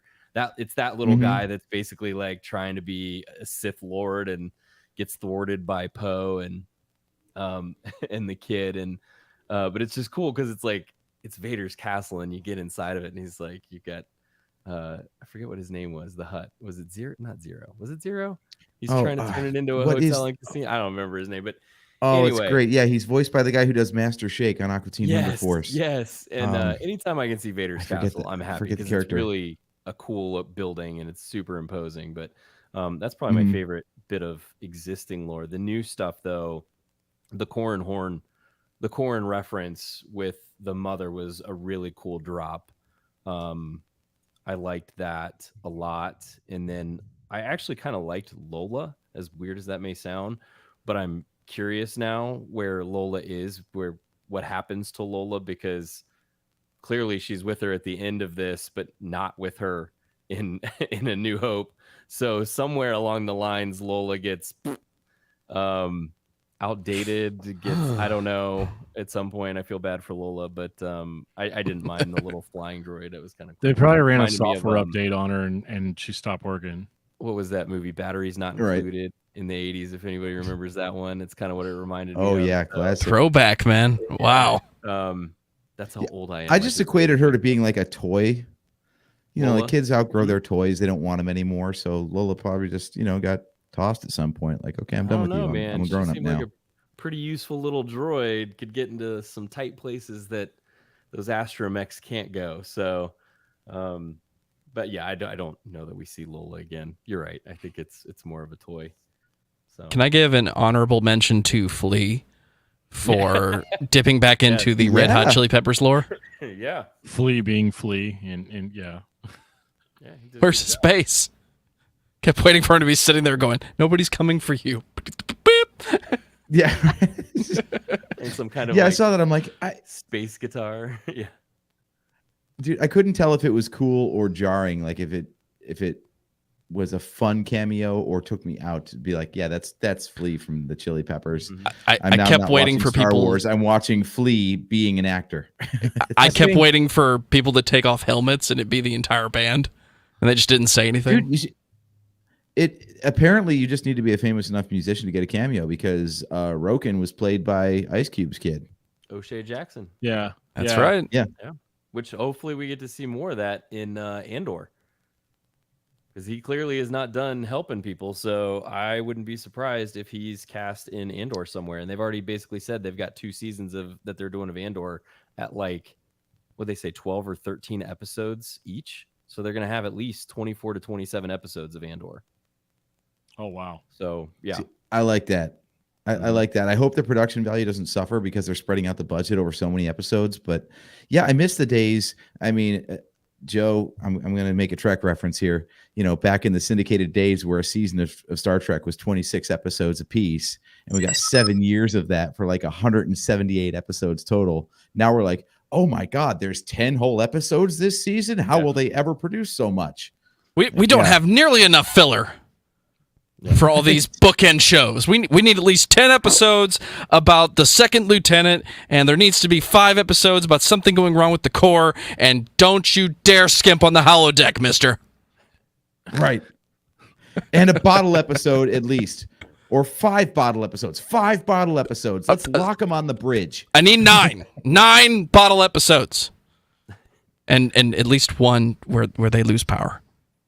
I will Right. say, I will say this because I've got to actually run. I got to go pack. We're getting ready to go on some vacation here, but I would say this with the 6 episodes, like I said in the beginning, with the 6 episodes that they did here, I thought the storytelling was great. They moved it right along from episode to episode. They gave you characters that you got attached to relatively quickly, but it still kept the story. You know, they didn't have to take a whole episode to explain Roken's background or a whole extra episode to explain Tala's background. Like, you got it within a minute or two and you were attached to that character. I think they did a great job with, you know, doing that within 6 episodes that they gave us. And I kind of hope they give us maybe 6 more episodes in like a season 2 and maybe revisit that Kenobi novel that is no longer canon now with the Tuskens and that kind of thing, and just see where that goes. But that would be my 2 cents on it, but thoroughly enjoyed it. Thank you guys for having me on tonight. I appreciate it. I was glad to get on, and I'm always glad to get on and talk Star Wars. So I appreciate it. Justin, and, thanks so much. Absolutely. It was nice meeting you and talking to you about something you guys that we too. all love. Have a great Get your weekend, plugs everybody, in. and may the force be with you guys. Oh, Always. Get my plugs in. Yes. Yeah, Plug it. Free real estate. Sorry, I forgot about that. You can check us out, Outer Rim Beacon, anywhere you can find podcasts, Facebook, Twitter, and Instagram. We're on there as well. If you want to follow me, you can find me on Twitter at I am the Bendu, one of my favorite characters in Star Wars. So he's just playing the middle of the fence, man. Good, bad, doesn't matter. I'm just here. I'm existing. So anyway, you guys have a great night. May the force be with you guys. McClunky. Thank you so much. Hit me up when you Also finish you. Brotherhood. I want to know what you think of it. I will. All right. Cool. All right. All right. And then there were 3. New lore. This is great. I feel really good about the conversation in general. I had this whole like list of questions to run down, thinking we were going to have like a ton of stuff to cover, and we're just like hitting them all. I don't even need to bother with the whole, moderated discussion format. I'm not doing my job. I've derailed 2 WTF Fridays now. That's fine. Joe, It's totally fine. yeah, no, Joe and I don't ever do anything scripted, so it's like one of those. It's actually just because I'm really bad at following a script. But yeah, no, I think as far as new lore, if we're still asking that question, and this is kind of the controversial one, but like I liked Reva as a character, and I know a lot of the fandom didn't, for reasons. I have my guesses as to why, but I'm not going to get into it here. But I really liked her character. I thought it was interesting with her being a youngling at the temple, sees Darth Vader coming and killing, all of her friends. They're the only people that she knows. And the absolute drive that she had, and the willingness to do anything to eventually get her revenge on Vader, I thought was very, very well portrayed. Because the first 2 or 3 episodes, I was like, this character is completely unbelievable. Because she's so angry and she's so everywhere, and the stuff on the rooftops was strange. But like it was, the rooftop parkour was not good. It wasn't great. And so I was a little bit like thrown off, but like once I realized, like once it was revealed, like this is who she is. This is why she's doing these things, but she's still, she had to basically go all in. You had to become your enemy in order to understand them, and even to get as close to Vader as she did. I mean, the only reason that she didn't get to have her full revenge on Vader is because, well, it's Darth Vader, and you're not going to have a brand character that nobody knows pull one over on Darth Vader, right? Like it's not going to happen. But I think that her character arc was strong too, in the sense that with her not killing Luke at the end, I know that's sort of a generic plot device. It's like, well, I had a change of heart,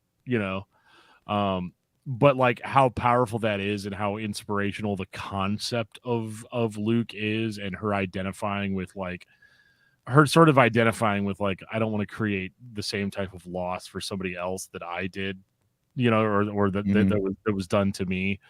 I thought they did really, really, really good at making the conflict. I think they drew it out a little longer than they probably should have, but at the same time, like, it was powerful, and it made her whole character arc make sense, and they kept her alive to use her again in something else if they ever wanted to.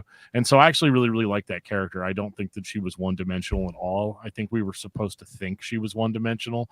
They wanted us to think, oh yeah, she's just some hotshot inquisitor that is like obviously more powerful than all the other ones, but like they kind of pull one over on you with her. And so her story is interesting, and I would be totally open to seeing something with her again as either a main character or supporting.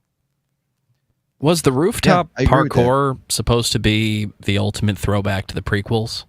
Like this big open area where something random and not so sci-fi, just we're jumping between buildings now. Like the prequels had a lot of normal stuff in a big scale that was supposed to be big because it was happening, as opposed to starships running away from each other.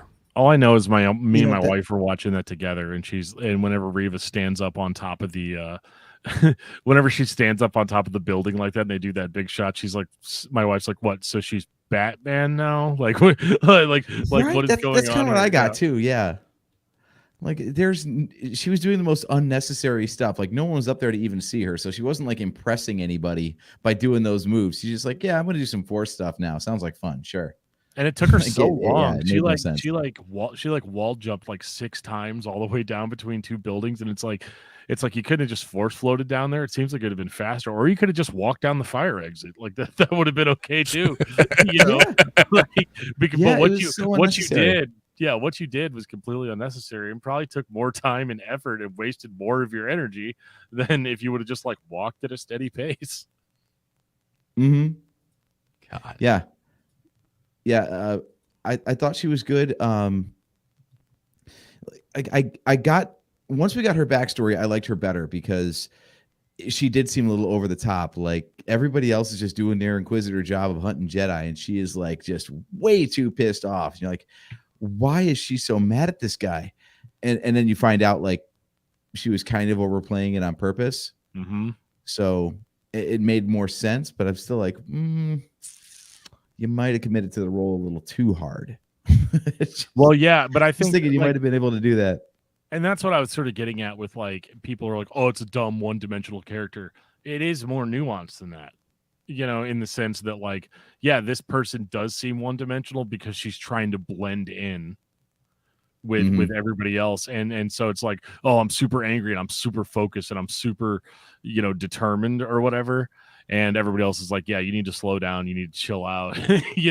This is an entire, like, basically a religion of people that are like, yeah, use your anger to make you powerful or whatever. And like, those people are telling you to calm down.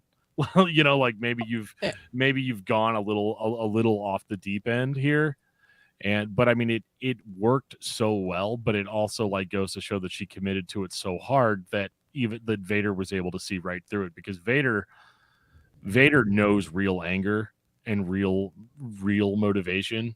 So the fact that he saw it coming, like obviously, yeah, like after he said that, it seems like a throwaway line. Like, did you think that I didn't know? It's like, no, now that I think about it, it makes a whole lot of sense that he knew everything that was going on, And it worked too from Obi-Wan's perspective, because he calls her out. You're not really trying to get me. You're trying to get him to drop his guard, and I want to help you. And that's when she really lets the guard down. Like, no, it's too late for me. I'm committed to this role. I'm going to bring you to him, and then I'm going to stab him in the back. And that just didn't work. And she is supposed to be one-dimensional at the beginning, but she was an Inquisitor. They're all supposed to be one-dimensional. They're just bad. It's the bad guy. It's that's it. I wish I could say more. That's it. They are the embodiment of, you have one job only. Like, you hunt Jedi. That's all you do. And when you find them, you kill him if you have to. Otherwise, you bring him to Vader. That's it. That's all you do. And he will encase them in to be amber. one-dimensional is to be an Inquisitor. Exactly. Yeah, and just in this conversation, I realized that,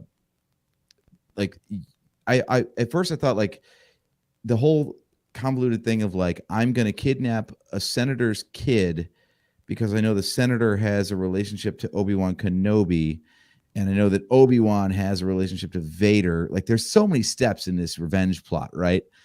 But when she talks about like, hey, I was stabbed in the gut during Order 66 and you weren't there to protect me, so I think you're kind of shit too. Like, now I get why she went through all the steps of like, I'm going to use Kenobi to get to Vader because now I can, whoever comes out on top, or hopefully nobody comes out on top, I still win. Yeah. Like, that's actually pretty brilliant, actually, as far as storytelling goes. To invent a whole character that has a reason to hate both Obi-Wan and Vader simultaneously. Mm-hmm. Wow. Yeah, that was pretty now, cool. But the thing that I'm wondering at the end of the show, though, is what do you guys think happens to Reva now? Like, she can't go back to the Inquisitorius, obviously. So, I mean, where do you go from here? I think that she would make a lot of money as a bounty hunter, as generic as that is. I mean, obviously, she's good at hunting people. She can use force powers for that. Like, you could spin it that way. I know the whole bounty hunter thing is sort of overplayed, and we already sort of have, 2 shows about bounty hunters at this point. But I think that they could do something like that, almost like a mercenary sort of thing, because if they keep it about that, the only issue I have is every time there's a show about a bounty hunter, it's not just them catching people, like it was at the beginning of Mando. I seriously would have watched an entire show where like it's them tracking a different person on every single episode. But I also know that doesn't make for like great grand storytelling, and people would hate that too. But it doesn't matter what you do, people are going to hate it. But I actually really enjoyed her ability to sort of track people and to be a relentless force, and almost like very similar to Vader in the sense of like there's like literally does not matter how many obstacles are between you and her, she will get to you eventually. Even whenever you think you've escaped, like that, like the scene with the 2 speeders are flying away, and she just grabs a hunk of stuff and throws it at the speeder, just like out of pure. Like, I want to see that energy again. Although the problem with seeing that energy again is, if she goes back to doing like all the Sithy stuff, then it's like, okay, so did you not have a character arc, like in the Obi-Wan show, or did you not? So, yeah, I don't know how to write it, but I would be very interested to see where she goes from here as a character. Is the Ahsoka show supposed to be happening at the same time? Does it follow a few years after this series? Is it the same time frame? Because I think you could just pull her in if that's the case. Right? Yeah, she could come back, I guess. I mean, she'd be alive still, but yeah, it's in the timeline of The Mandalorian, which is like 5 years after Return of the Jedi. This is 10 years before A New Hope, which puts it about 20 to 25 years before that. Yeah. I say that from the battle side of it. If Ahsoka is still tracking someone like she was in The Mandalorian, then... Who is she tracking, Joe? I don't want to give away spoilers, Dan. Go ahead, say it. Go ahead, say it. Who's she tracking? I don't... It's Maul, right? Because I don't know. I haven't watched Rebels in its entirety. Oh, you don't know? Have you not watched Mando? All right. Am I forgetting something that was put right in front of my face? Help him out. She's looking for Thrawn. She's looking for Grand Admiral Thrawn. Oh, well, that makes a lot more sense. If anybody that knows me or talks to me knows that is the penultimate Star Wars villain. In my correct opinion, Joe, you need to go read the second Thrawn book that's in canon that they wrote around the time of Rebels. It's Timothy Zahn, it's Thrawn and Vader in like a buddy cop show. It's incredible. I'm going to take that under advisement, Dan, and go back to what I was. Oh, yeah. Sorry, I didn't mean to sidetrack, man. I mean, Kale. Any chance Kale I- has already sidetracked a show in a way that I get banned for weekly. So I'm amazed AJ's allowing that to occur. I don't have the Purgle issue that my brother does. I mean, just because you don't like it doesn't mean it's ban worthy. Yeah, well, what's he doing tonight? Why is he not here? Come on! He's Ban doing him this. from the show. I don't know. He's like singing a show or something. He's like getting paid to play music. It's ridiculous. We got Overrated. a podcast to do. I don't know why he's busy making money. It's way more important. It's way more important, Right? That we have this discussion. There'd probably be way more shouting. This was actually really pleasant. So I'm into that. But yeah, like anyway, yeah. If I keep talking, I'm just keep talking about Thrawn. So on with the point you were trying to make, Joe. I think you can bring her back, and she can be part of the fight. And she doesn't have to survive to be valuable at tracking. So are they going to... Is she going to exile herself a little bit, stay out of the fight throughout A New Hope and Return of the Jedi? And now, do we go looking for her because she's somebody who knows how to find people? And does she then become a part of Ahsoka's timeline? I think that's an interesting idea. I don't know how it would work. This is the problem with writing stories that fit before or between other stories. Is the inevitable question becomes, where are they in this story we've already seen told?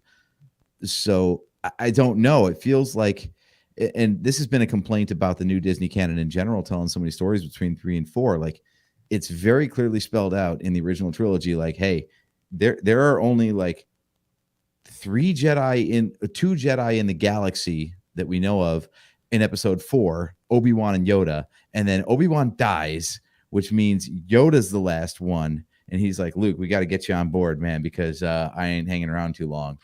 And then, Yoda says in Return of the Jedi, when gone am I, the last of the Jedi will you be? Okay, so it's only Luke.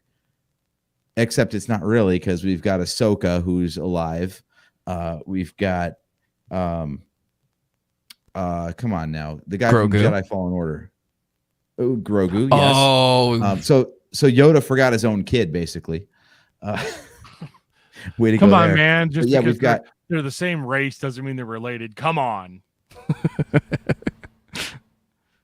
fair. That was specious. I'm sorry. I mean, they don't all look alike. That's all I'm saying. I'm just busting your balls. But yeah, you've got Cal Kestis from Jedi Fallen Order. You've and now we you write that off by more, saying because if Yoda doesn't Reva's- know they exist. Right. It's that then simple. If Reva is still alive, she's a Jedi, a former Jedi at least, who's still alive. So yeah, like this has been a criticism. It's like, okay, so we're led to believe that like there's only these couple handful of Jedi left, or 2 Jedi at most at any time in the original trilogy, but they keep inventing characters that aren't dead yet by the time of episode 4 that we know of. So what the fuck? Yeah, I mean, they do have a bit of a problem going on with that, because then of course the question becomes, all right, then where the hell are these people when the rebellion is waging civil war against the Empire? Like, that's the thing that Jedi should be doing, is helping the rebels, and yet Ahsoka is just taking a time out. Like, what? yeah, I mean, I'm sure though that with the amount of detail that they do, they can, if they continue to explore these characters, especially during that era, I'm sure they're going to be able to explain it away, or they're going to make a series that's going on simultaneously with episode 4. And it's like, literally now we know, like, like what's going on. I don't think that that's an obstacle necessarily. I think that you can play. Yeah, sure. Ahsoka was at this other battle that was also happening. She's part of the rebellion. She just wasn't right. in But the events but of the wasn't movie. she, but I mean, wasn't she basically like kicked out of the Jedi? So I mean, maybe yeah, but maybe Yoda's just being a little gatekeepy here. Maybe Luke's the only like traditional Jedi, right? Or like the only one that like went through the like I don't know, went through like official means or whatever. Even though there were no official means, they're all hiding out in caves and trying to hide from the Empire. But I don't know. I almost want to chalk that up to like Obi-Wan not giving Luke all of the information like right up front. Luke is the only one that has a chance of defeating Vader and the Emperor. and Yoda knows this. So you're going to put a little bit more pressure. Believe that. Yeah, you're going to put a little bit more pressure on Luke to be like, the last of the Jedi will you be? You know, like it's you. You're the only chance. What he said was the last Jedi. He did not say the last person who is Force sensitive. Well, and he also said too, yeah, like Luke, I guess they laminated him like a little like I officially am a Jedi card or something. But no, I think that that makes sense. And Yoda's also not like omniscient. Like Yoda doesn't know everything. You know, and because even Obi-Wan is like, yeah, that boy is our last chance, and then Yoda says, no, there's another. So like he knows about like the familial relationship, but like again, I think that he was really just trying to put pressure on Luke to accomplish this task, which sometimes people will say like, you know, the Jedi were still being a little bit manipulative in the sense of they obviously have a vendetta. They don't want revenge because Jedis don't get revenge, but they want Vader and they want the Emperor to be defeated. That really is their ultimate goal. And so they're going to use whatever tools are available to them to make that happen. I mean, Obi-Wan's dead and he's still like focused on it, right? Like in in Empire and in Return of the Jedi. So having those two characters, you know, sort of pushing Luke, makes a ton of sense. And I think that they also had sort of a little bit of a glimmer of, if another Jedi goes up against Vader, they're just going to get defeated, because that's like literally what has happened over and over and over again. It's really the family tie that ultimately leads to Vader's sort of defeat and his turn. And no other Jedi would have been able to accomplish that. So I think that Yoda is, I think Yoda's justified in that, you know, in saying, you know, yeah, when I'm gone, the last of the Jedi you'll be. Yeah, no pressure, buddy. Just go there and don't mess up. Don't get destroyed by these two guys that have been using the Force for literally 3 times as long as you have. Like, let's go. Your 5 months was really good training. I fantastic student, but it's like 45 minutes. Just do your best, kid. Just do your best. Yeah. Go out there, try not to cut yourself at the wrong end of this thing. Yeah. Right. I think it's fine if this is all she does, because it's an arc for her as well. You know, you were a youngling and now you've gone through the whole evil arc and you gave up on it. I think it's fine to just stop there. It'd be nice to keep using the character. I was trying to do some math in my head with the timeline and everything we know about Palpatine experimenting with cloning and all this. You know, was the Empire or the First Order at some point doing genetic manipulation, and maybe she could be the basis of Finn's Force sensitivity. But then I quickly realized that, wait, Finn's mom is a actual character in more than one book. Can't connect everything. Apparently she lived with Finn on Coruscant and said some things to Anakin Skywalker at some point. Maybe it's a different Finn. I don't know. I don't know enough to speak with authority on this, but I had no idea Finn's family was ever fleshed out at all. I mean, I know Poe's family, like Poe's parents were in the Battle of Endor. They basically made Poe in celebration of winning at Endor. Do you remember that time whenever we were up in that treehouse and everybody was celebrating and we all just fell in with the mood of the night? Yeah. Yep. Literally feet away from hundreds of dead stormtrooper bodies. Anyway. Hey, you know, explain to me again why we had to change the song. That's all I know. Yub. Yeah, there was a lot of yub nubbing going on. Mm-hmm. Okay, so the one thing that I've noticed with every show so far on Disney Plus is that they leave something open to like pull on for a future series. So is there anything that really like stood out to you in this series? You're like, oh, that's going to be a thing. They're gonna bring that up later.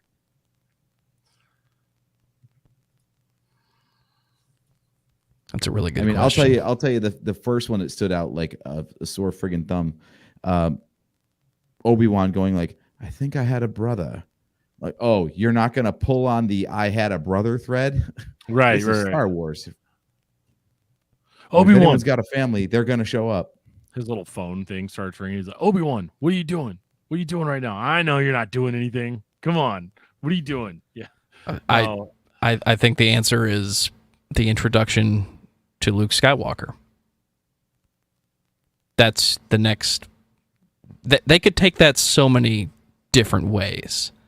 Because when Luke mentions old Ben in Star Wars, he doesn't know him as Ben Kenobi or Obi-Wan Kenobi. He just knows old Ben. Or I think he does say Ben Kenobi. He does. And he has enough of a relationship with him to know who this person is. And he's had interactions with him in the past. So where are they going to pull on that? They're going to... Season 2 Obi-Wan could just be Luke instead of Leia. And it be an entirely different planet, entirely different story. Doesn't have to be someone trying to kidnap Luke. Could just be Tusken Raiders, which would tie back to Book of Boba Fett in a weird way, and everything would be fine. I don't think they can do that. And of course, I've been wrong before. I wouldn't have thought that they could do what they just did. But Luke definitely, when you're introduced to him in episode 4, is still like, he doesn't strike me as the kind of guy that like a whole bunch of crazy stuff happened to him, in the last 10 to 15 years.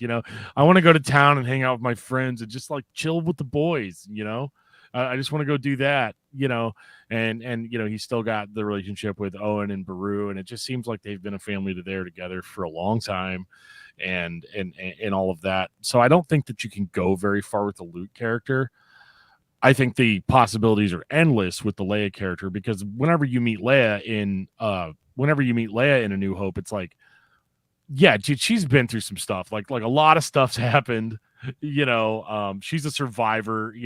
Even more so than what you get just from this series. Because like if nothing happens to Leia between now and then it's just like this really crazy thing happened back when I was 10. Versus like, no, her entire life is pretty much going to be that way, like from here on out, So I think she was so unflappable. Like in episode 4, she's just like, this is just a Tuesday for me. Like, like her escaping from a detention block. She knows right what to do. Yeah. Yeah, it's. I could totally see that. I could totally see Leia, being that way. So I think that they could explore more there, but I don't think they're going to. I don't think they're going to do because if they do that, if they do the Leia and Obi-Wan go out on an adventure again, like, you could technically do it, but people are going to be like, does this show not have any original ideas?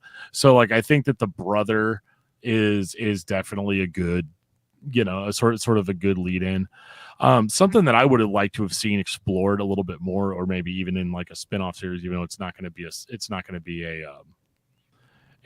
a future plot thread, but like I want to know more about this like underground, like this sort of Jedi sort of underground, like saving Jedi, sending them to safe places and stuff.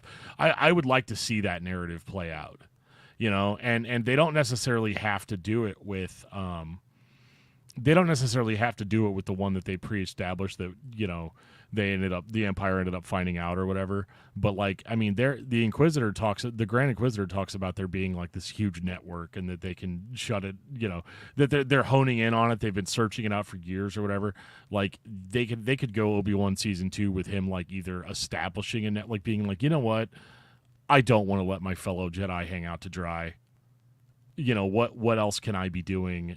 But then, you could even throw in similar situations like back on Tatooine that makes them like have to leave during critical moment, like Gandalf in The Hobbit. Like he's just like, hey, Obi-Wan, Obi-Wan, I'm sorry, I had to go take care of something on Tatooine. Like you could do that and it'd be totally fine.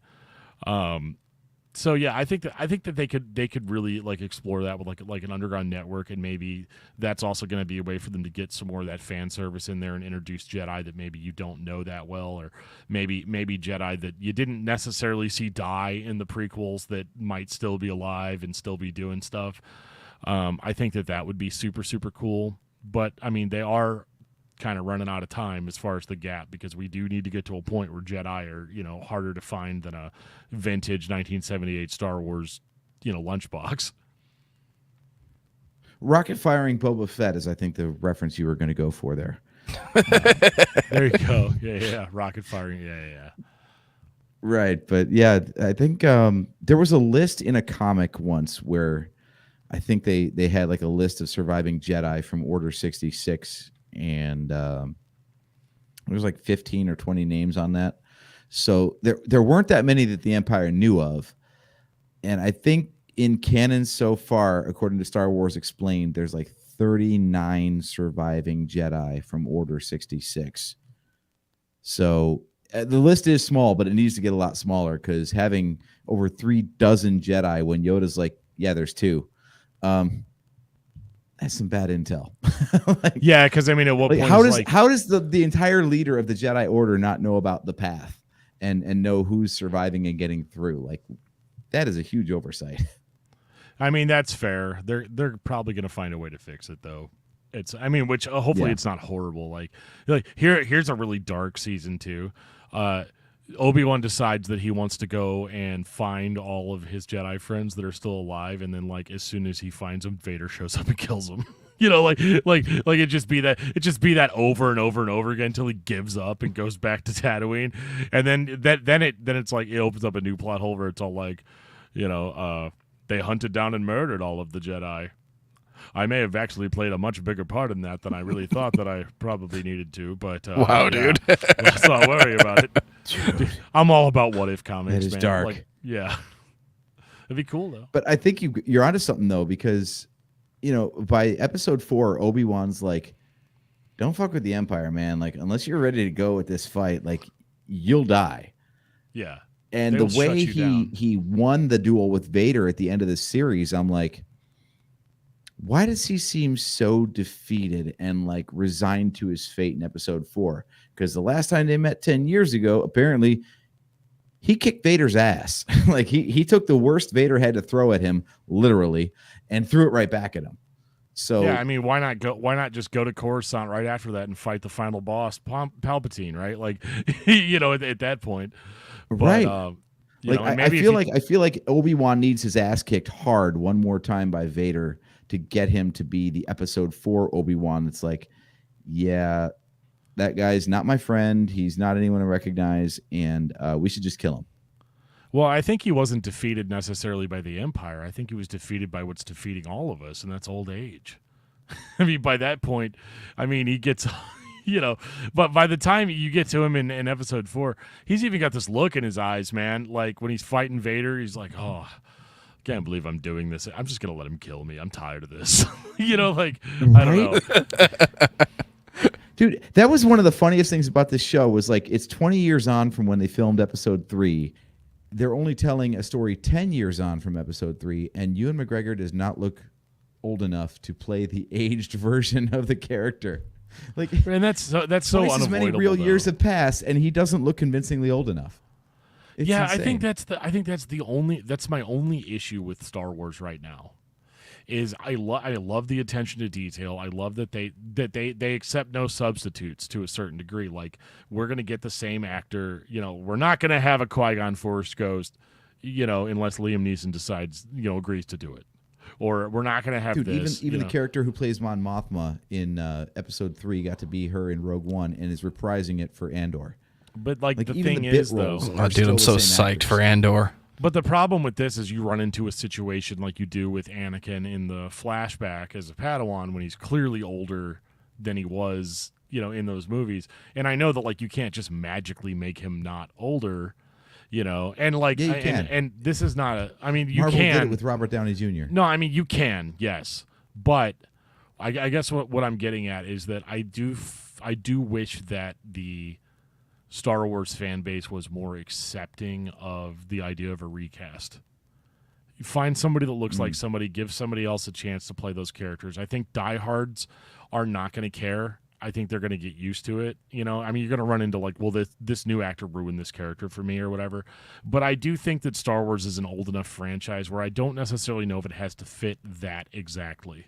like as hard as they're going for it. Because like when they did Grand Moff Tarkin in Rogue One, they hired a guy that looked like him, walked like him, but then they just changed the face, right? They're, you know, and at some point you're kind of yeah. So like, at what point are you just like, why didn't we just hire a guy if he already looks like him, sounds like him, acts like him? You know, can we just put some makeup on him and make him the new guy? And the biggest thing, and how this ties into Obi-Wan, is that, you know, people that they don't like recast, they don't like things that change. But I mean, Ewan McGregor's Obi-Wan Kenobi, in my opinion, is more is one of the greatest recastings of a character of all time, because his character, his Obi-Wan, I like his Obi-Wan more than I like Alec Guinness's. And I know they're trying to be the same and emulate each other, but there's so much more depth and emotion and obviously backstory and stuff with Ewan McGregor's one. But it's like, how many kids have grown up with him being Obi-Wan Kenobi for them? Right. That's tying into what I was saying earlier about Vader. On one hand, I'm glad that we have the technology that Vader can sound like Vader forever. On the other hand, there's a lot of people that are more than qualified, capable, and just for the sake of fun and performance are just never going to get the chance to play that character ever again. Right. How many games did they release with the guy that does Chad Vader doing the voice? And it was fine because it wasn't James Earl Jones, but it was still Vader. Well, Chad Vader's a good sound alike for sure. So 100%. Like, it's fine. But yeah, I don't know, man. I wish that, I don't want to like say everybody needs to do this, but I do wish that the fan base was more accepting of recasts. But there's also a part of me that is one of the reasons I liked Reva so much out of this was because it was a new character, and I do tend to latch on to things that are not necessarily Skywalker related.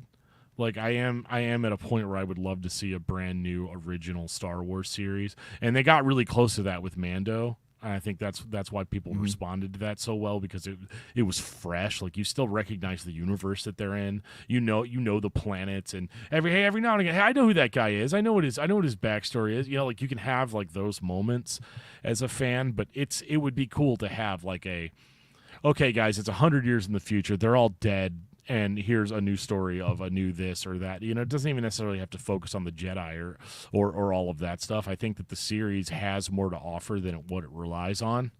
But I also understand, too, that, you know, when it's a big franchise like this and they wrote a really big check to be able to to continue to bring Star Wars to us, so they don't want to take away the things that brought the fans in the first place. So, like, what I'm suggesting is, like, really experimental and really risky. So I totally get why they don't do that, and why you see more stuff like that in comics, and you see, like, they're not afraid to do that in video games and comics and novels, but with movies, that stuff costs a lot more to produce. But back to the original topic, I think they can really take Obi-Wan anywhere as long as he's back on Tatooine when he encounters Luke in A New Hope. I think they can literally do anything with him at this point, especially since I think the biggest hint that they're going to do... That's an idea.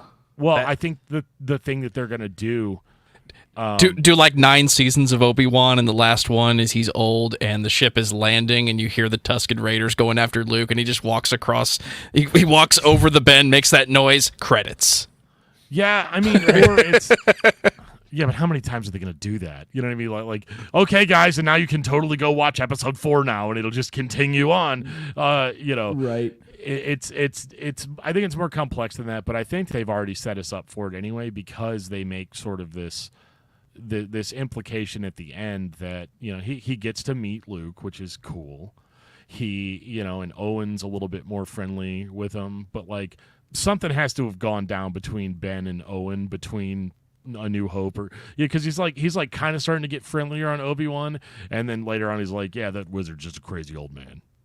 Yeah, I don't think he exists anymore. I don't think it. So that really indicates they haven't seen Obi-Wan in a long time, so they could literally do anything with him to sort of, you know, bridge that gap. Like, yeah, he was around a lot, but yeah, nobody's seen him lately. Nobody's seen him in the last however many years, and like Luke may have only met him that one time for all we know. You know, it's like, oh, old Ben lives out on the past the Dune Sea, some kind of strange old hermit. Like there's no real familiarity. So like he met him when he was 10. Maybe he's seen him a couple of times in town after that, but beyond that, Luke has no real affiliation with Ben at all. And so, yeah, they can do a lot with this. I just hope that it's not. Yeah, and then I'm on Tatooine, and then like Tatooine things are like there's so much Tatooine in the new stuff that I'm kind of like, there's other planets you guys can go to, and they do. Yeah, like, it's not being fair, but it just seemed like there's so much Tatooine. Like Boba Fett was like all Tatooine. The first few episodes, Mando goes to Tatooine a couple of times. Obviously this show takes place on Tatooine, although that makes more logical sense, even than the other two. It's just I don't know. So far from like the actual center of the Star Wars universe, right? In universe, like I feel like Coruscant would pay more attention to Tatooine based on all the galaxy-shaking events that happen on that planet and the important people that came from or are currently there. Yeah. So for them to be like, yeah, this is a backwater planet. The Empire doesn't come out here. Like, why the hell not? Like, Anakin Skywalker came from this planet, and his kids live in there, and so's Obi-Wan. And like, if there must be something knows anything about the influential people in this universe, they're all on Tatooine. No, we know they're not there because Anakin hates sand, and there's no way anything associated with him would be there. True. It's rough. It's coarse. It gets everywhere. Yeah. See, I have a very not rage. Not like you guys. But there is a line from episode 4, though. You know how they're basically making entire stories out of like throwaway lines from the movies anyway. I know. So when Obi-Wan tries to convince Luke to like come with him on this whole thing for Princess Leia in the first place, he's like, I'm getting too old for this sort of thing. That kind of implies that he's been doing it the whole time, not like, oh yeah, 10 years ago I did this thing and I've just been like chilling ever since. Dude, that so, was exhausting. Yeah, maybe there is how heavy room those for more rocks Obi-Wan were. stories. Yeah. Yeah. Right. But legit, like maybe he wasn't sitting on his ass for the next 9 or 10 years waiting for episode 4 to happen. Maybe he was doing stuff the whole time and he's like, I'm freaking tired, man. Someone's got to take over for me. Or he's like a secret, sort of a secret hand behind the rebellion. Because, they definitely make it to where, like, it doesn't seem like he's directly involved because that would be, like, way too obvious, and Vader would be able to sense it, you know what I mean? Like, he would know. But at the same time, and they've invented that Fulcrum role. Fulcrum is a code name for anyone who's Ahsoka started it, but she wasn't the only Fulcrum. Right. So, maybe there's Obi-Wan adopts that code name at some point. Yeah, that'd be cool. And I think that the biggest, there's so much stuff pointing to the fact that they're gonna do another season. Like the whole like Vader being like, no, he doesn't matter to me at all. We're just not gonna think about him anymore. That and then Obi-Wan like freely travels to Alderaan to see that, to see them. And meet up or whatever. Like he's kind of like walking a little taller. Like maybe I don't have to hide so much anymore because Vader's not focused on me. I'm not going to like turn myself into the local police, but I am going to, I'm absolutely going to be a little bit more present in this and universe. The connection. Yeah, and he's got this connection to Leia now, and the fact that when he senses the destruction of Alderaan in episode 4, he's not like, shit, Leia. Yeah. It feels like he knew that she survived. Yeah. I mean, I definitely We're want to see making the more. show better. I don't think these people even realize what they wrote, but we're finding reasons that it's better than we already thought it was. What did you think of? So, okay, I'm sorry. I know you guys are probably trying to wrap up, but like, one of my favorite scenes in this is like him and Leia on the truck, in the back of the truck with all the stormtroopers. I love those stormtroopers, like whatever their base pay is, they need to raise it. Those stormtroopers were so on top of their game, as far as like catching every little mistake that he made. Like, I mean, I guess they still bought it to a certain degree, but I don't think that they bought it. They were on assignment for something else, but even then they were all like, wait, I thought you said her name was this, but you called her Leia. And like the really, really flimsy excuse. Like, it was such a tense scene, and he couldn't use it. He couldn't use a Jedi mind trick to get out of it. You know, he just had to do like some old fashioned BS and like the rest of us. That sets the premise for what you're going to see later. Like, this is someone who's been in this situation before. It's just, you don't need to see your that identification. Scene was so good though, because like the stormtroopers were like on top of their game, and at first you think that like he's so PTSD that he can't just chill, but like he's right. And like, oh my god, when they walk around that truck and you just see the Empire logo on the back, like this guy's like a straight up patriot. You know what I mean? Like he's all about the Empire, and he's like real friendly, but he's like, oh, the Empire's good, man. They create jobs. They're the best. And just that. Oh my god, the tension on that scene was so good. And I think that was the moment that I turned, because I'm not gonna lie, I was a little. I don't want to say I was meh on it, because I did enjoy. Obviously, I enjoyed it enough to keep watching it. But that was the moment that I was like, this is it. Like, I'm actually watching like a really important chapter in the Star Wars story. And I don't even think of it as a side story or something that you shouldn't, like, as far as I'm concerned, if you're watching Star Wars from beginning to end, I mean, skip around in Clone Wars a little bit because there's a lot of bloat, but still, like, if you're watching the timeline from beginning to end, that's the moment where I was like, no, this is essential. You should watch this before you go to episode 4 after episode 3. Mm-hmm. I don't know. It just struck me. And those stormtroopers were so good. I love that episode because it's simple production, right? They just went out to like the foothills of California and filmed whatever they needed to do. But you're right. Like, just the fact that he had to sit there and pretend to be an anonymous farmer with no knowledge of his own fake character's backstory. So he's just bullshitting as hard as he can and trying to pretend like he's, not hating the Empire and not a target for the stormtroopers. And everything about that was like, I was on the edge of my seat, even knowing that this whole series was basically fluff.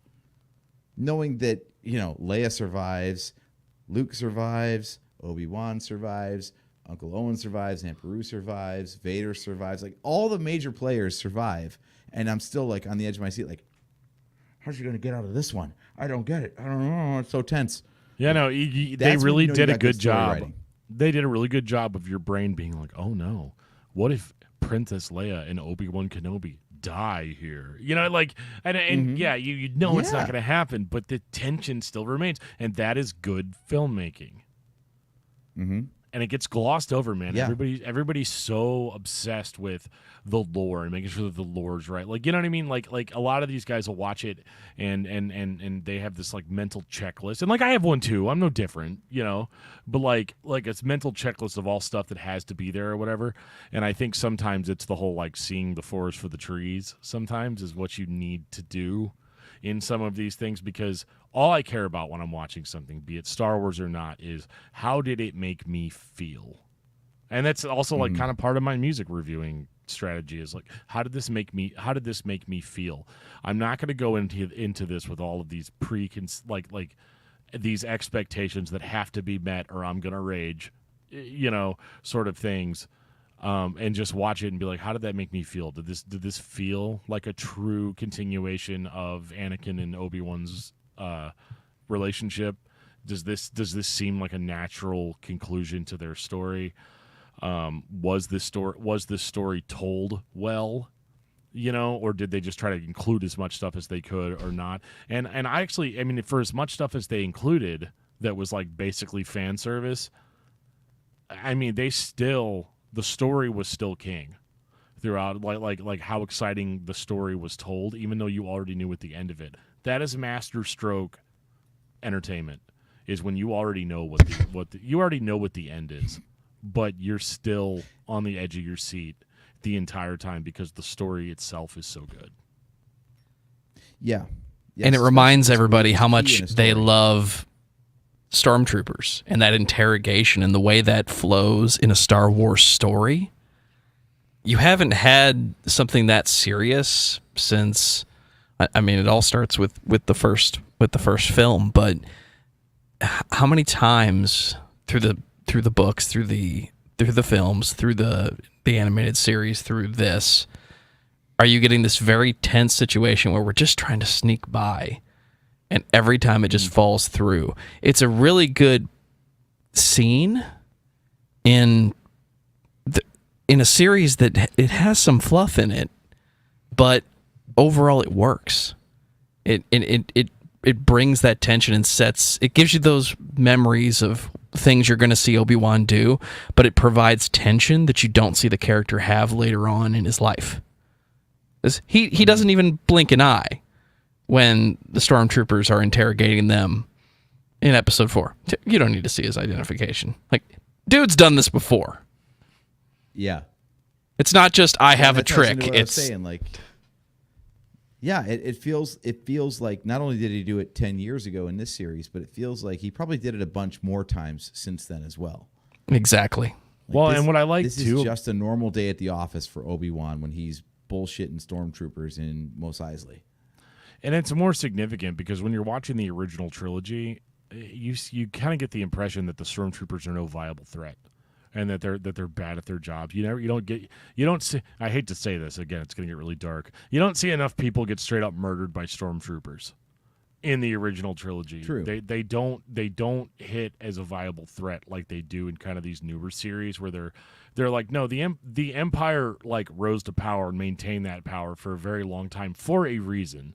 And it wasn't just because they had superpowered superhero evil guys, in charge. I mean, that helped quite a bit in a lot of situations, but like the stormtroopers actually being good, because there was that scene, and then there was them in the Imperial base in Mando, and how full of tension that they made those scenes in a way that they actually did better than they did in the movies. Because in the movies, like, you only have so much time to tell a story, so you can't sit there and focus on like, oh, they must have been really stressed out in this situation where they were, you're like, no, move on, let's go. We got a whole story to get through here. Whereas I kind of like these show formats because it reminds me a lot of comic books, and every single comic book being its own every single issue being its own independent story while still telling an overarching sort of narrative. And this gives them the option to sort of open up and explore some of that nuanced stuff. You can get more into the heads of how the characters are feeling, and I think that they did that. They've done that the best here. I think Mando is still my favorite show that they've done so far, but this one is absolutely, like, might change my mind whenever I watch it the second time, because they did everything with so much care and so much, like, reverence for the source material that they were somehow able to tell a good story and still try as hard as they could to match fan expectations. And of course, those are fans that are actually fans and just want to enjoy the story. I'm not talking fan in the sense of like, I'm a fan because I know every single thing about this, and I'm going to tell you guys, the writers, that you're doing it wrong. That's well, no, dude, that's, Yeah, it ties back to the Discuss trivia Metal contest winners. The guys who write the Wikipedia articles. Yeah, that doesn't make you a fan. That just makes you a know-it-all. Yep, 100%. It's elitism and gatekeeping. There, I brought it back. Doesn't just exist. So, way to just bring it around, dude. I'm going to preface this with the same thing Dan just said. Like, we got to wrap this up at some point because we all have bladders and whatnot. But something I realized, like, there was the article published about Kathleen Kennedy saying they're not going to recast legacy characters. So there's only so much you can do with the film characters already established. The Obi-Wan series did a great job because they brought back characters from earlier movies in the timeline at a later time in life. So you can have Hayden Christensen and Ewan McGregor playing these characters because it's years after they played the characters before, so they don't have to recast. The prequel actors are still young enough and vital enough to revisit these characters. But the other thing I've noticed is, like, more and more of these Disney Plus shows are bringing in the animated stuff, right? And I know part of that is because Dave Filoni's doing live action stuff with Jon Favreau now, so he's going to bring his characters into the live action universe. But do you think that's kind of like their end around because they realize that they're, you can't, eventually you're not going to have an Ian McDermott around to play the Emperor no matter how much makeup you pile on. Harrison Ford can't do Han Solo. Carrie Fisher's already gone. Mark Hamill has already been old Luke. So do you think that like part of the strategy here, at least in like the next decade and a half, is all the animated characters being brought into live action because they've never been cast before? So now you have an easy way to introduce legacy characters into live action and have no preconceived notions of who or how they should be. The answer is yes. The longer answer is I think they're going to do as much as they can to not just bring characters in that the fans enjoy, but they're building towards something big that no one is paying attention to in Star Wars. We all want a new story. Give me a new set of movies, or just a movie. I think we can all agree that Rogue One is one of the best Star Wars movies ever, and it's a singular story. Just make new stories with new characters, but everything they do, they tie back to the lore. Still, the original trilogy, especially, yeah. Yes. So the worst thing Disney has done is 7, 8, and 9. The Mandoverse is great. The animated shows are still good, and Kenobi was fantastic. So yeah, where do you go from here? I've thought about it, and just paying attention to what's being said and what's happening. I am beginning to believe strongly that in the next 10 years, Disney is going to try to sell us on a remake of the original. I really hope not. I really hope not. I'm not saying it's a good idea, but changing the way you make the films, merging the digital with the non-digital, we're not going to recast legacy characters, but we're sneaking people in for characters that you've never seen. So I don't think it's going to be a straight remake. I think what they're going to try to sell us on is a bigger story. Maybe more of a serialized 12, 14, 20, however many seasons it takes, bigger story. But what you're going to see is episode 4, 5, 6. Like a 300 sequel? Did you guys ever see the 300 sequel? Yeah. So have you ever? Yeah. Have you ever read the book? So I've got an audiobook. It called hold on, Dan. Just to make sure we don't lose the audience, I want to make sure I explain my point because my brother sucks at this. He just assumes everyone knows the same things he does. Sure, go ahead. But the 300 sequel, because I know a lot of people did not see that one who saw the original. It's the same timeline, just told from a different perspective because there's a naval battle going on as the land events are taking place, and the second 300 is the naval battle. So there's right. It's Back to the Future too, only not as good. Yeah, kind of. But Back to the Future 2 takes place in different time periods around the first movie, and the second 300 is just, well done, sir. Right. Yeah. But the second 300 is just the same timeline told from a different perspective. So is that what you were saying is going to be the remake, so to speak, is the timeline of 4, 5, and 6 just from a certain point of view? Yes, but I think they're going to do more than that. What's a good? So sorry. Just I think I need to throw it to Dan for a second because I think the only way I can explain it is if the 10 Commandments is a long movie, but it's a pretty big summary of that story. So if you gave somebody unlimited time, unlimited budget, and let them make a 50 episode 5-season series, they could get most of it in. And I think Disney really wants to get to that with Star Wars, where they can we're not going to recast legacy characters, but we are going to use characters to tell a bigger story. And we have all the indications that they could be going that direction because you're starting to see characters that look good, that sound good. You're starting to see, like with Vader, with the voice. But you have to tell a different story. You can't just retell it verbatim. Legend, that's the word I was looking for. I think they're going to retell it, but it's going to be the legend of what Star Wars was, not just straight up, we're remaking Star Wars. In that throwaway line in Return of the Jedi, what of the Rebel fleet massing near Sullust? Okay, well, now we can show the story of the Rebel fleet massing near Sullust. We know how Return of the Jedi works out for Endor, but what about Sullust? Okay, there's a story.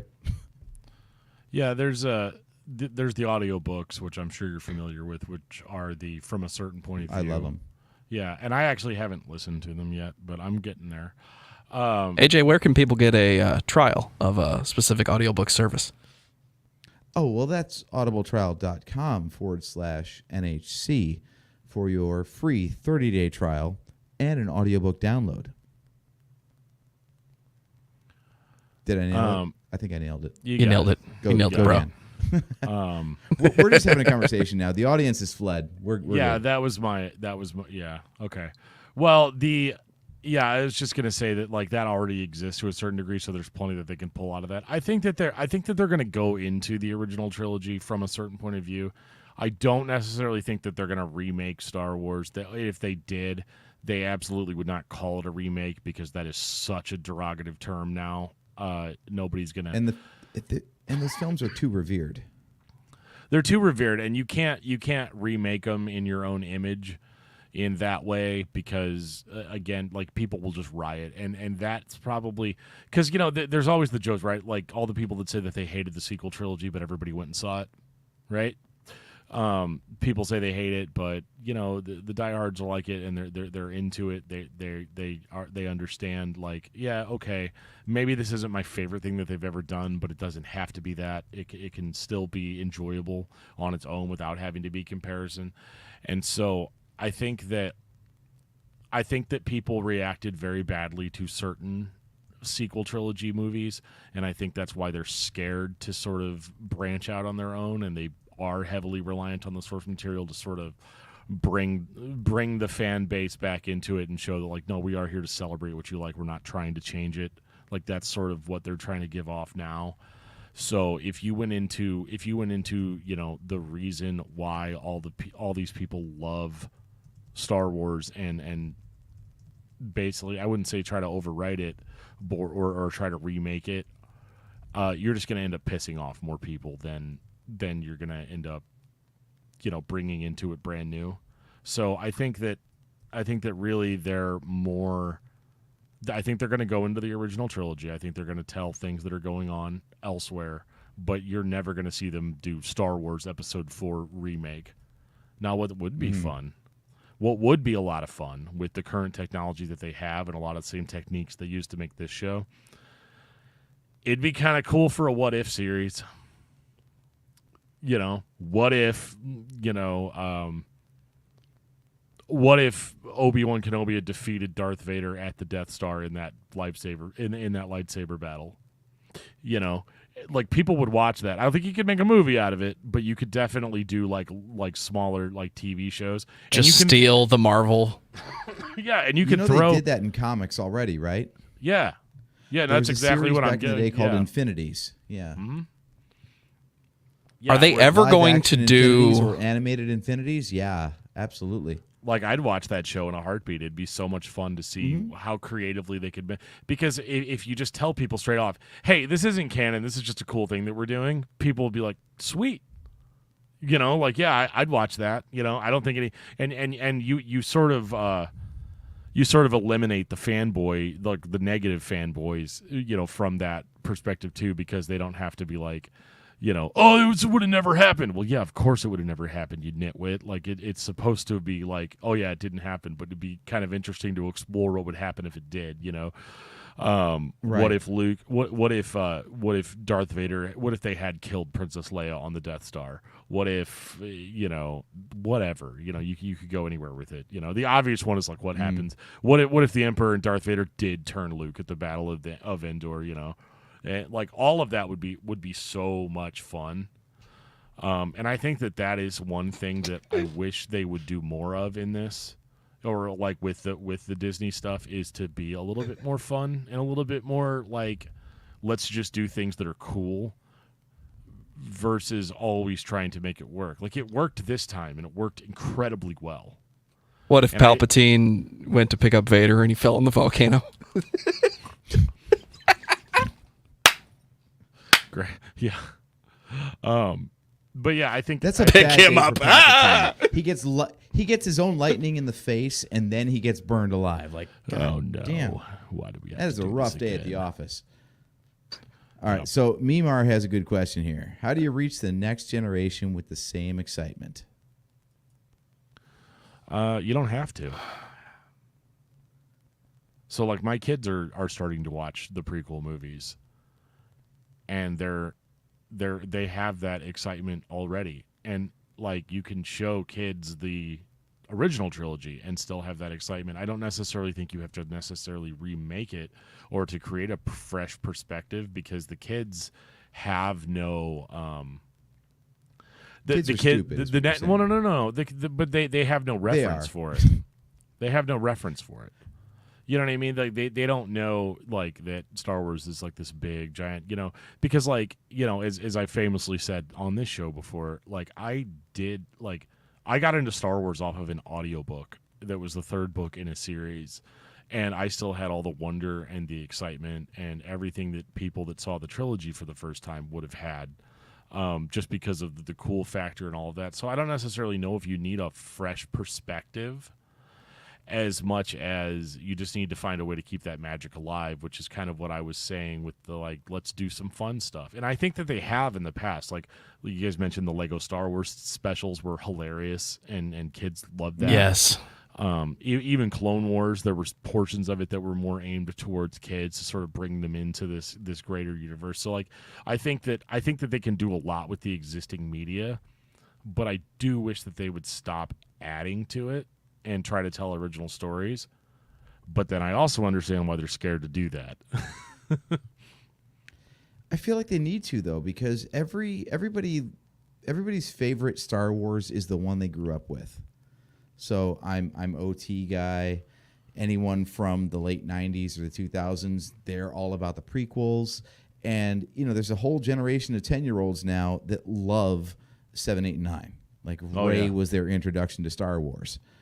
So I feel like you always have to have like a new Star Wars for someone to get into on the ground floor as a kid, because it is inherently goofy. The whole premise is wizards in space, right? So, you need to give kids something to glom onto as their own. Like, as much as everybody can love Luke Skywalker or Darth Vader, like, those are now 45-year-old characters. They need their own. That's why there was a Kylo Ren and a Rey, because Darth Vader and Luke, well, that was their old fuddy-duddy parents showing them this movie that looks really like old it was now. made in the 70s. Yeah. It looks great. Yeah. So like I feel like it's, and they're already kind of doing it. Like there's a YouTube series. There's a Star Wars for Kids channel, and they tell like key moments of the original trilogy in animated form. Done like super high energy, like anime style, but with all the audio from the movies. Right. And it tells like the key moments, but in an exciting, fresh way that's relevant to today's kids. So they're already kind of like keeping the lore alive in a way that makes it accessible to kids with, 2022 technology. But I do agree that at some point it's going to be so old that it's going to be new again, and there's a need to retell it. I feel like that's why Hollywood remakes movies every so often, is because certain stories are good and timeless, but the time in which they were made makes them unpalatable to modern audiences. No, my friend. It's all about the money. and the publishing rights. Most of the That's the thing. time, a movie is remade so that they don't lose the publishing rights for the movie they already spent money on. True. Very true. But yeah, that's why franchises endure and why stories are retold and remade over and over again, is because no one's going to watch the 40-year-old version of it, so they're just going to make a new one. I mean, Disney with the live-action remakes. They couldn't make any more money off of Lion King, so they made a CGI version, and now all of a sudden, bank! That is one of the reasons I started going down this path of everything they're doing is eventually turning into a remake of something that they did before that just isn't the way they do it today.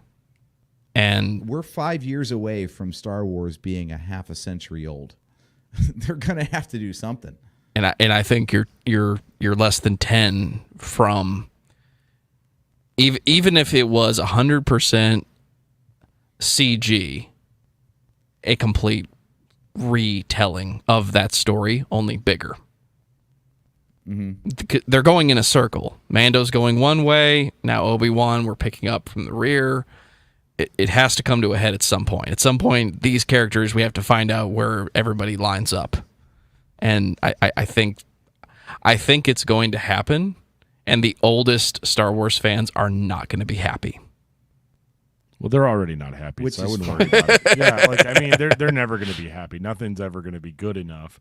And it sucks too, because like a lot of these poor guys are just chasing a nostalgia dragon to rip off of something we talked about last month on our show verbatim.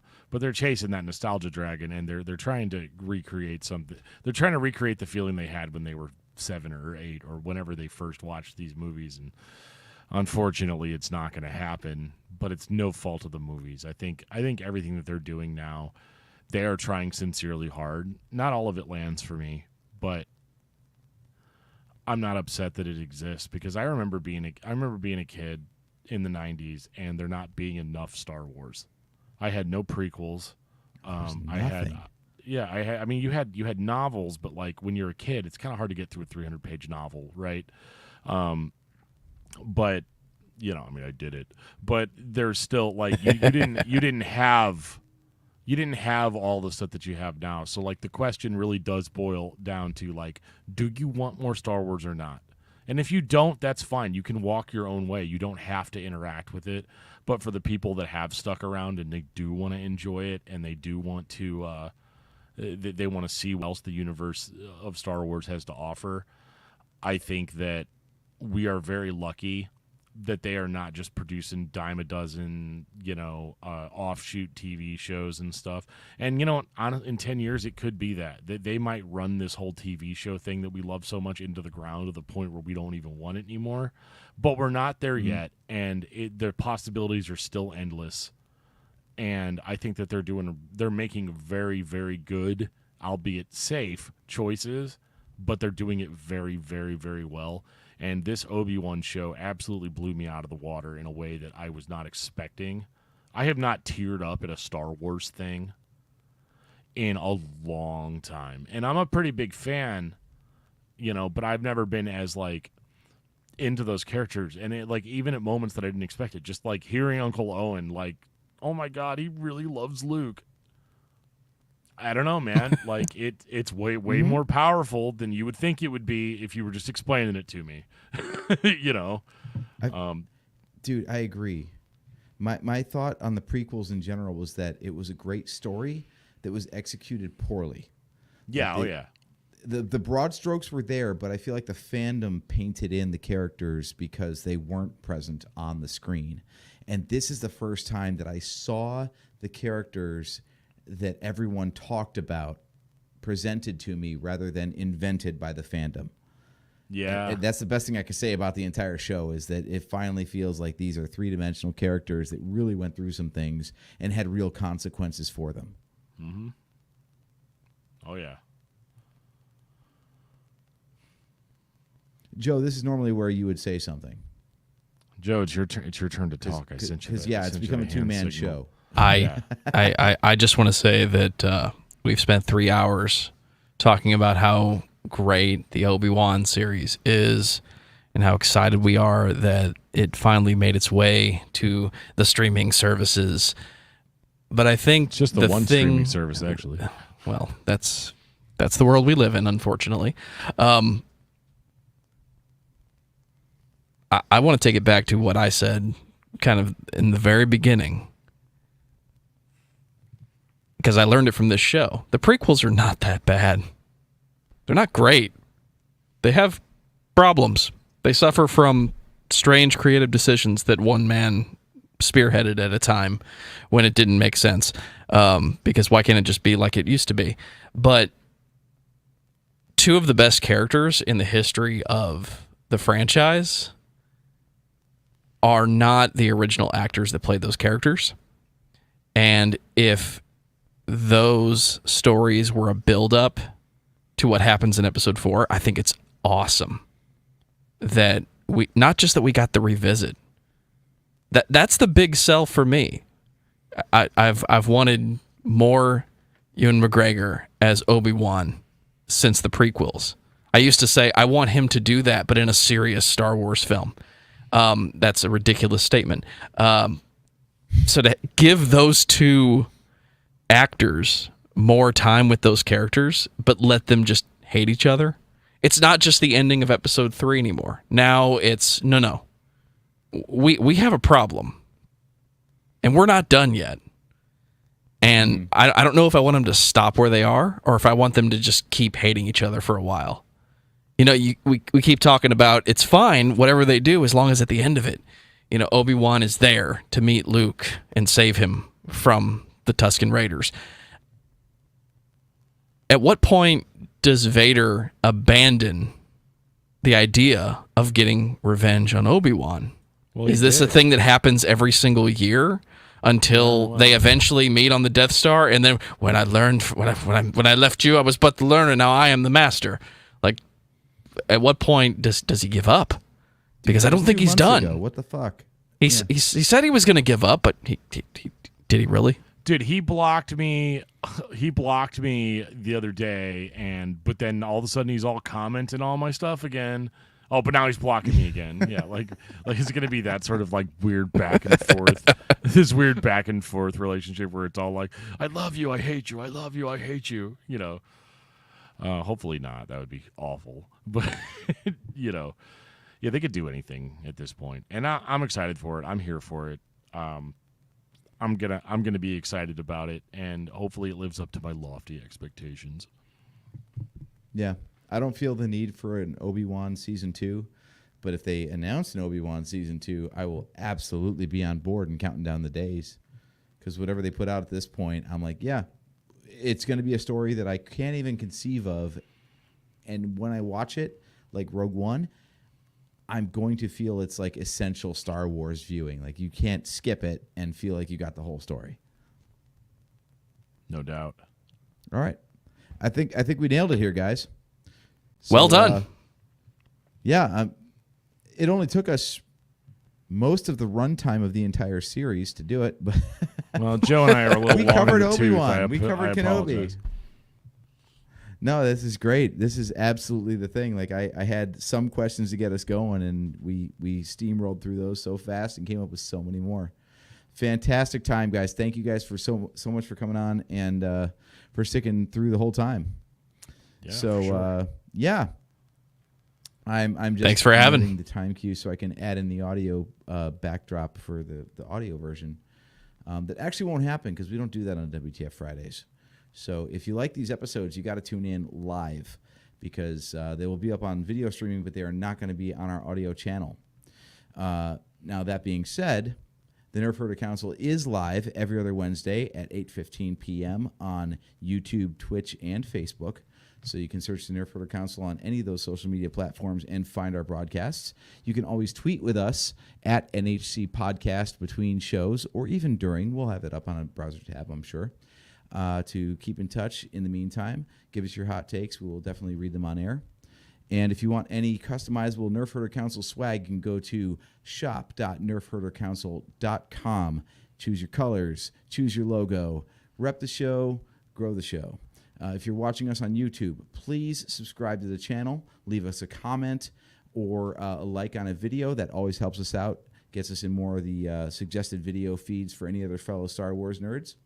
And we have a couple of co-hosts here that seem to have a podcast of their own based on their Twitter handles. So, Joe, you want to give a little spiel there?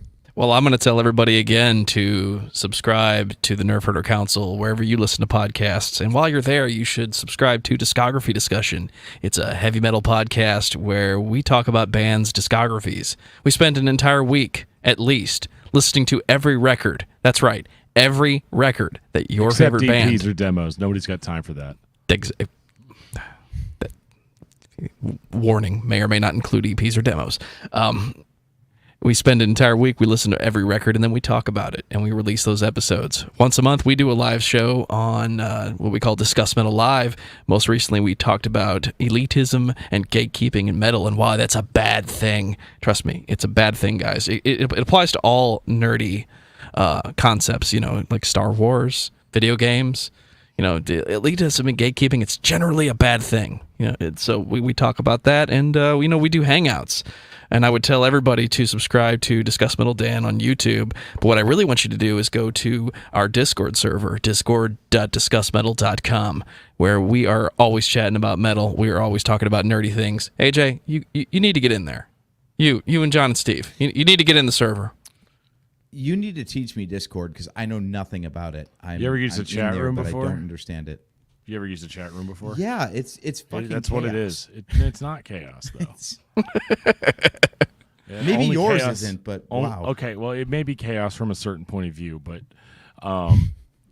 from this point of view, the correct point of view, it's like IRC chat, man. It's incredible, and Discord is the best, coolest place where you don't have to worry about dumb stuff like social media algorithms burying your stuff, or if you tag somebody on Discord, they get the tag. The social media account doesn't just decide. The only people that will monitor your content is me and Joe, and as long as you never disagree with us, that's not a problem. So there's our ringing endorsement. But yeah, man, this has been great. Like I said, yeah, discography discussion, we do that. I like talking about this stuff too. I'm really, really happy that you invited me on. I know Joe's on all the time. Sometimes I'm a little unpredictable. I live here now. Sometimes I'm in the mood to like really troll you guys, but I was not compelled to do that this time. And this was a really nice, pleasant chat without any screaming or any feelings getting hurt or any tears or anything like that. So I really appreciate that. It was a really good way to spend my evening. Yeah, I mean, there will be tears sometimes. Don't worry, we'll bust each other's chops, but not this time. The problem was we all really loved this show, yeah? Yeah. Absolutely. Oh, yeah, 100%. Yeah. So it was basically just all of us presenting different reasons why we love it. So that's the best experience you can have with anything is, a general love of it and a like of all the things and just spending hours with good people talking about why you enjoy a thing. That's why this will never trend on social media because it's not negative enough. There's nothing. Do you want me to add some negativity? I've got buttons for that.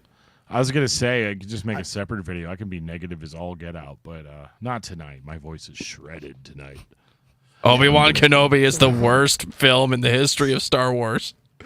Star Wars The Phantom Menace is the worst, most biggest disappointment since my son. Yeah, like it's just... Yeah. Why Kathleen Kennedy is getting fired for the failure of Disney Plus. What? Yeah. Not really. They're making the sequel trilogy non-canon. Click it. Click it now. You know you want to. Yeah. Yeah, so some guys on my Discord server said that it should not be canon. Okay, thanks, guys. Like, comment, and subscribe. All right, yeah. All right, you're trying to end we're gonna this. bail out of Get here. us out of here. Yep. Quick recap. So hit us up at NHC Podcast, at Drake Adams 579, at Discuss Metal Joe, at Discuss Metal Dan. Sorry, I'm mirrored here on my camera, so I always gesture the wrong way. We will be back live on the Nerf Herder Council on July 13th, I think, if I peeked at my camera correctly. It's a Wednesday after the next Wednesday. That is our usual time, bi-weekly on Wednesdays at 8:15 p.m. Eastern Time. You can check us out on YouTube, Twitch, or Facebook. In the meantime, I have been AJ. We got Joe. We got Dan. Thank you so much for joining me for this tonight, guys. And we will catch you next time.